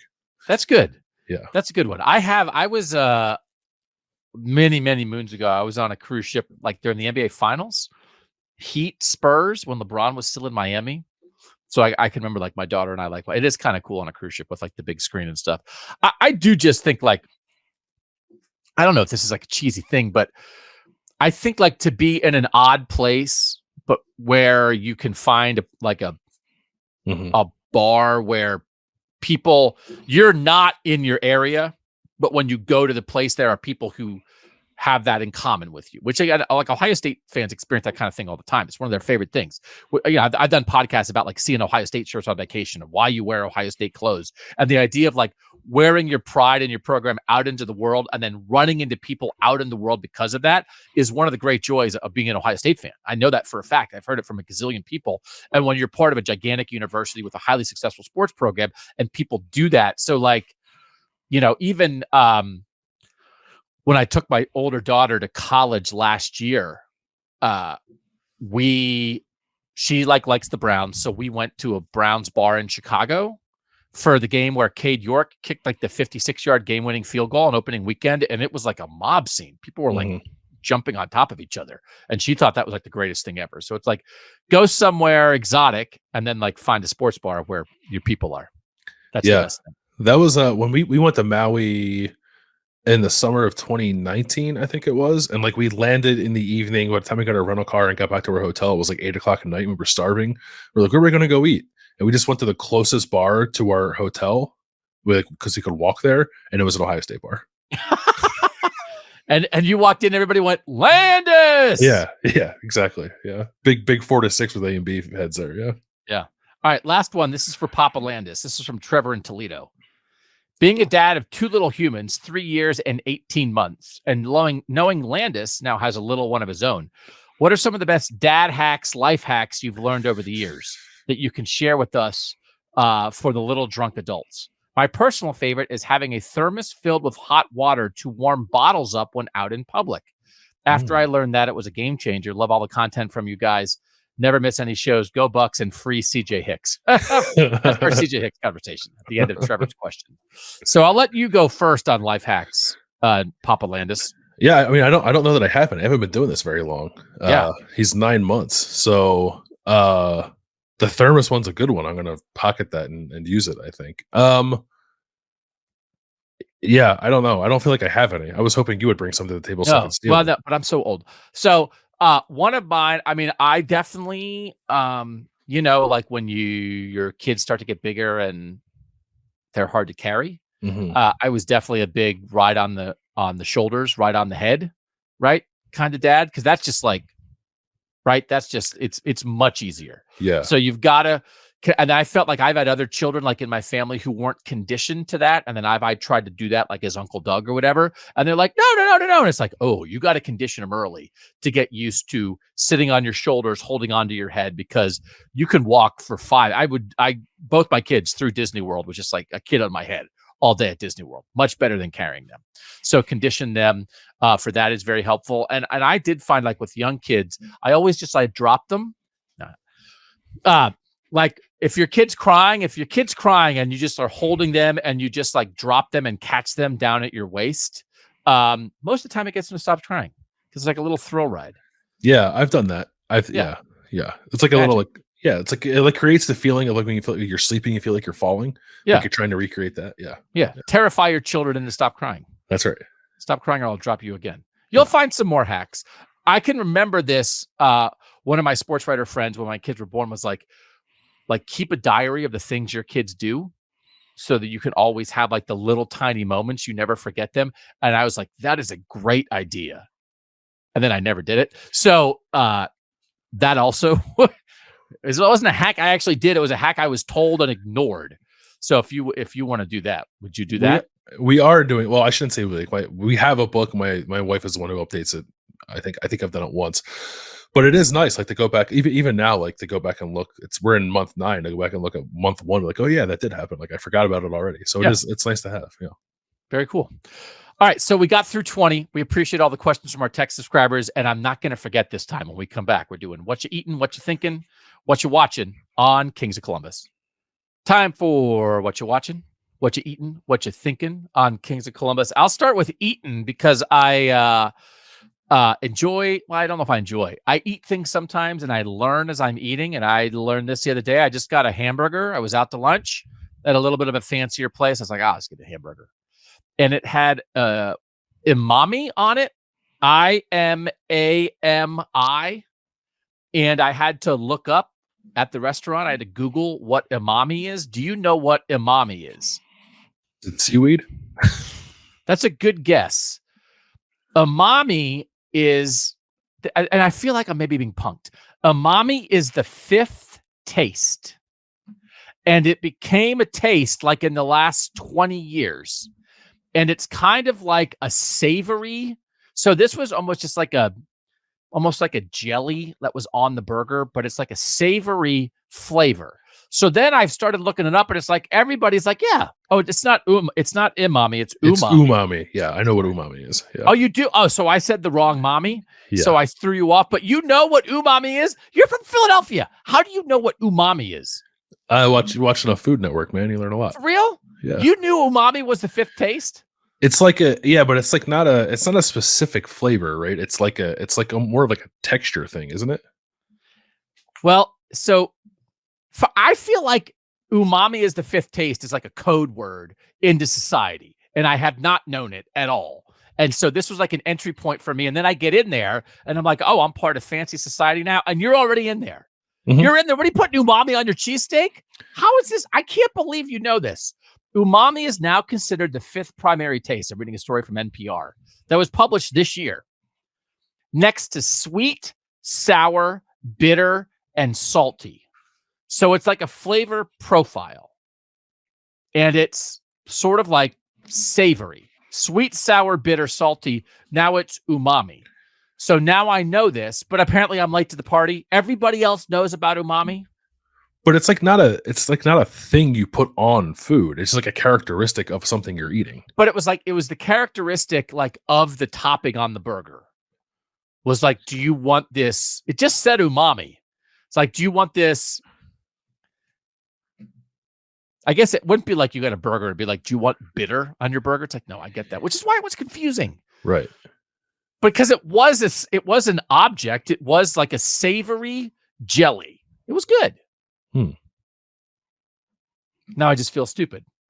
Everyone already knew about this. Everybody knew about this. I think it's well, I don't know if everyone does. Like, I think if you're, it feels like a made up thing. Yes, like I'm a thing. being punked. Like, we did it. We got a guy to talk. Oh. Right? I mean, there are people get fired for like falling for fake news and like, oh, that was a parody account, and it's like, oh, somebody just made up a flavor profile to punk me. Yeah, and they can charge you more money because of it. Yeah, give me the $4 for the umami. I'll take it. Would you like it with umami or without umami? All right. I want you to make me a cheesesteak with umami on it, since you know so much about it. Oh, yeah. It's on the Food Network. Where have you been, Doug? Can't believe this. I'm embarrassed. All right. Have a eating take that isn't as embarrassing as mine was. I don't know that I have a take necessarily. I want to take an opportunity to shout out another local establishment. Fox's Deli over in Bexley makes a reasonable I say reasonable comparison to like a traditional like East Coast breakfast sandwich that I'm used to getting, like just a straight bacon, egg, and cheese on a bagel that's made in-house. Very good. It's front of mind for me because I had one this morning.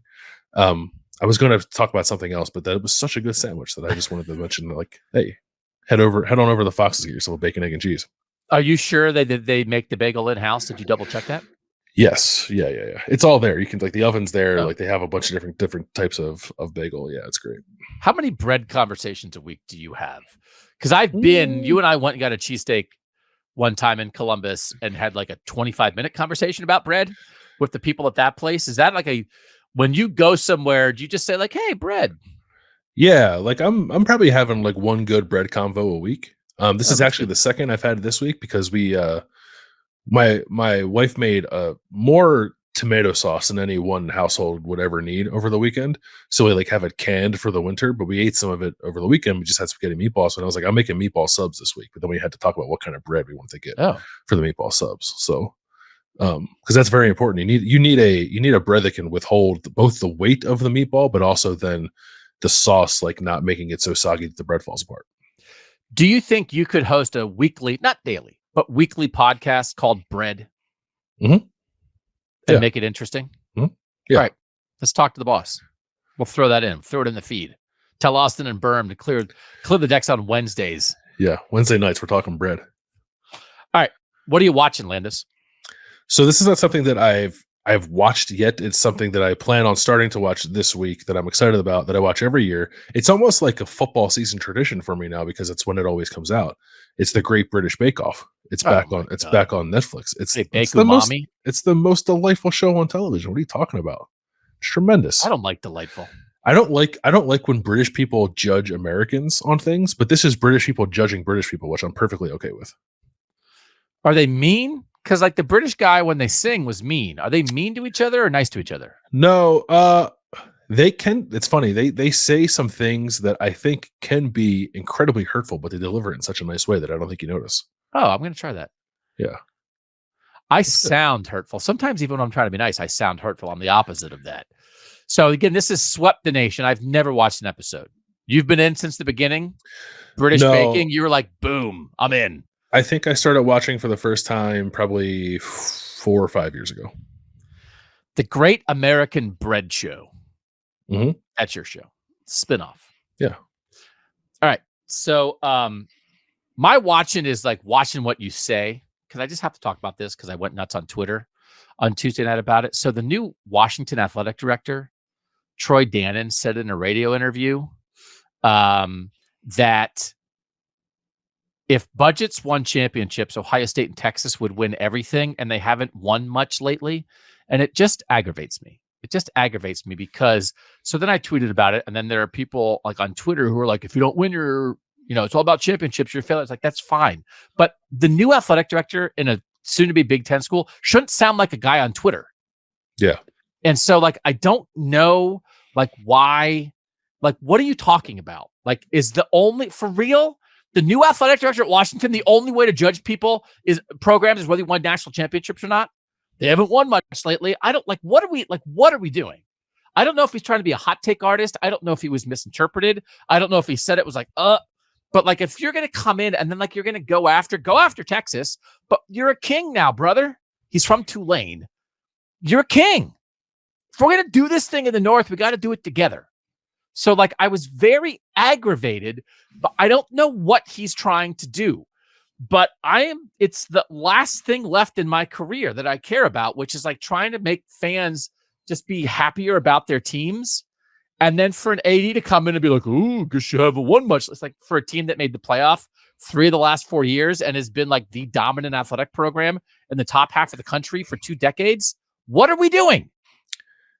So like, it was a football point, right? But it was like, Ohio State has won plenty. Like, as an athletic program, has won. But they've won in football. Yeah, I know. Yeah, right. Too. Right. Frickin' Troy. Yeah. Why are people like that? Why are people in power trying to be hot take artists to make everybody miserable? Because guess what? If Washington doesn't beat Oregon on Saturday, I'm not going to be like, what's Washington won lately? Mm-hmm. Be like, oh, Washington's had a really good football season. They played a good team and didn't win. So we'll have them on. We'll have them on when we get Kings of the North fully rolling. But like, this is no way to live. And if we have to change the thinking, especially in the North, because I think people are less of a fire every coach because they don't win a title, which the South takes pride in. I don't think we want to take pride in that. So we can't have ADs coming in being like, what's Ohio State won? I don't know. You mean like the team that was in the national title game in 2020? What have they won? Yeah. What are we like? Why are we like that? Why does he think that's cool? Why does he think he wants to plant his flag there? Why? Why, Bill? Why? I mean, he probably doesn't actually want to. I think it's trying to score some cheap points and get a laugh and get a little viral, maybe. Yeah. I don't know that he actually believes that. Okay. That's not when we're on Kings of the North, we're not for cheap laughs. Yeah. And viral. We're for like smart contextual football discussion. So if Troy wants to be on, and we're going to try to have every head coach and every athletic director of the North on that show, you gotta raise the level of discourse, brother. Like this is not good enough. It's not good enough for the North. You failed the first test, Troy. I don't know how they do it down at Tulane. That's not how we do it up here. We're not gonna let that stuff slide. It's no way to live. What are you thinking about? I'm curious if this is like normal behavior or if this makes me a little bit of an outlier. And I don't know why I thought of it, but like, do you read a lot? Like, do you read books a lot? Very, very seldom. Makes me sad. My wife constantly has a stack of 15 books and I read like 1 book a year. Yeah. Like, I'm the same way, but I also have like, I just noticed this like last night. I was like looking at my bookshelf. There's like 7 or 8 books on my bookshelf that like I've started to read, but I've never finished reading them. I have like at any given time, like I have 2 books right here to my right. One is LA Confidential. One is Midnight in Chernobyl, which is about the Chernobyl disaster. I've started to read both of them, but I'm nowhere near finished either of them because I can't sit down and like read one book. I can't finish one before I start another. I have like 3 books behind me here that like I've started to read portions of all of them, but I haven't finished any of them, including your book, which is on the top underneath my hat. But your book's different though, because it's like you can just pick up any chapter and start reading it. It's not like a linear thing. Bite-sized. Yeah. Could you just one at a time put 1 book in the can and then make yourself read that book until it's done? Maybe. I think what I need to do, I need to just have like 1 book in the house, I think is my issue. Yeah. I actually think the last book that I read like fully through cover to cover without trying to do something else about at the same time is The Art of Fielding, the book that you told me about. Oh, did you like that book? Yeah, I did. Yeah. It's my favorite book. Yeah. I have that one in the can. I just sometimes read chapters in that book. Yeah. Fiction or nonfiction mostly for you? It's mostly nonfiction. I would like to read more fiction. I feel like I don't read enough fiction. Yeah. I'm trying to get myself through some of the classics that I feel like I didn't read. I'm working through On the Road right now, Jack Kerouac. Like That's another one I started to read and never finished. Yeah. Yeah. So I think it's a good goal. It's hard in football season to be a normal human. Mhm. So maybe that's an off-season project for you. But I do think if you're not a person who just comes to it naturally, I think like making yourself read, like tracking it, having a goal, being in a book club or something, I do think is a worthwhile endeavor. Because I think making yourself read is good for your brain. They should have like you used to be able to get like a free pan pizza when you were a kid from Pizza Hut if you read enough books. They should do that for adults. They should do that for adults. You could just I'll make a coupon for you, man. Bill, when you finish a book, you may go buy a pizza. Okay. Thank you. That's the motivation I need. Or like a really good piece of bread. Join the bread book program from Philly Billy. The bread book of the month club. Yeah. So this is just as I do like when What You're Watching, What You're Eating, What You're Thinking is just a list of things that I don't know, which I think is, I don't know if it's relatable or if people just laugh at me. Did you know that a loofah, like a loofah that you use to like scrub your body, is a plant? What? Okay, now I feel better.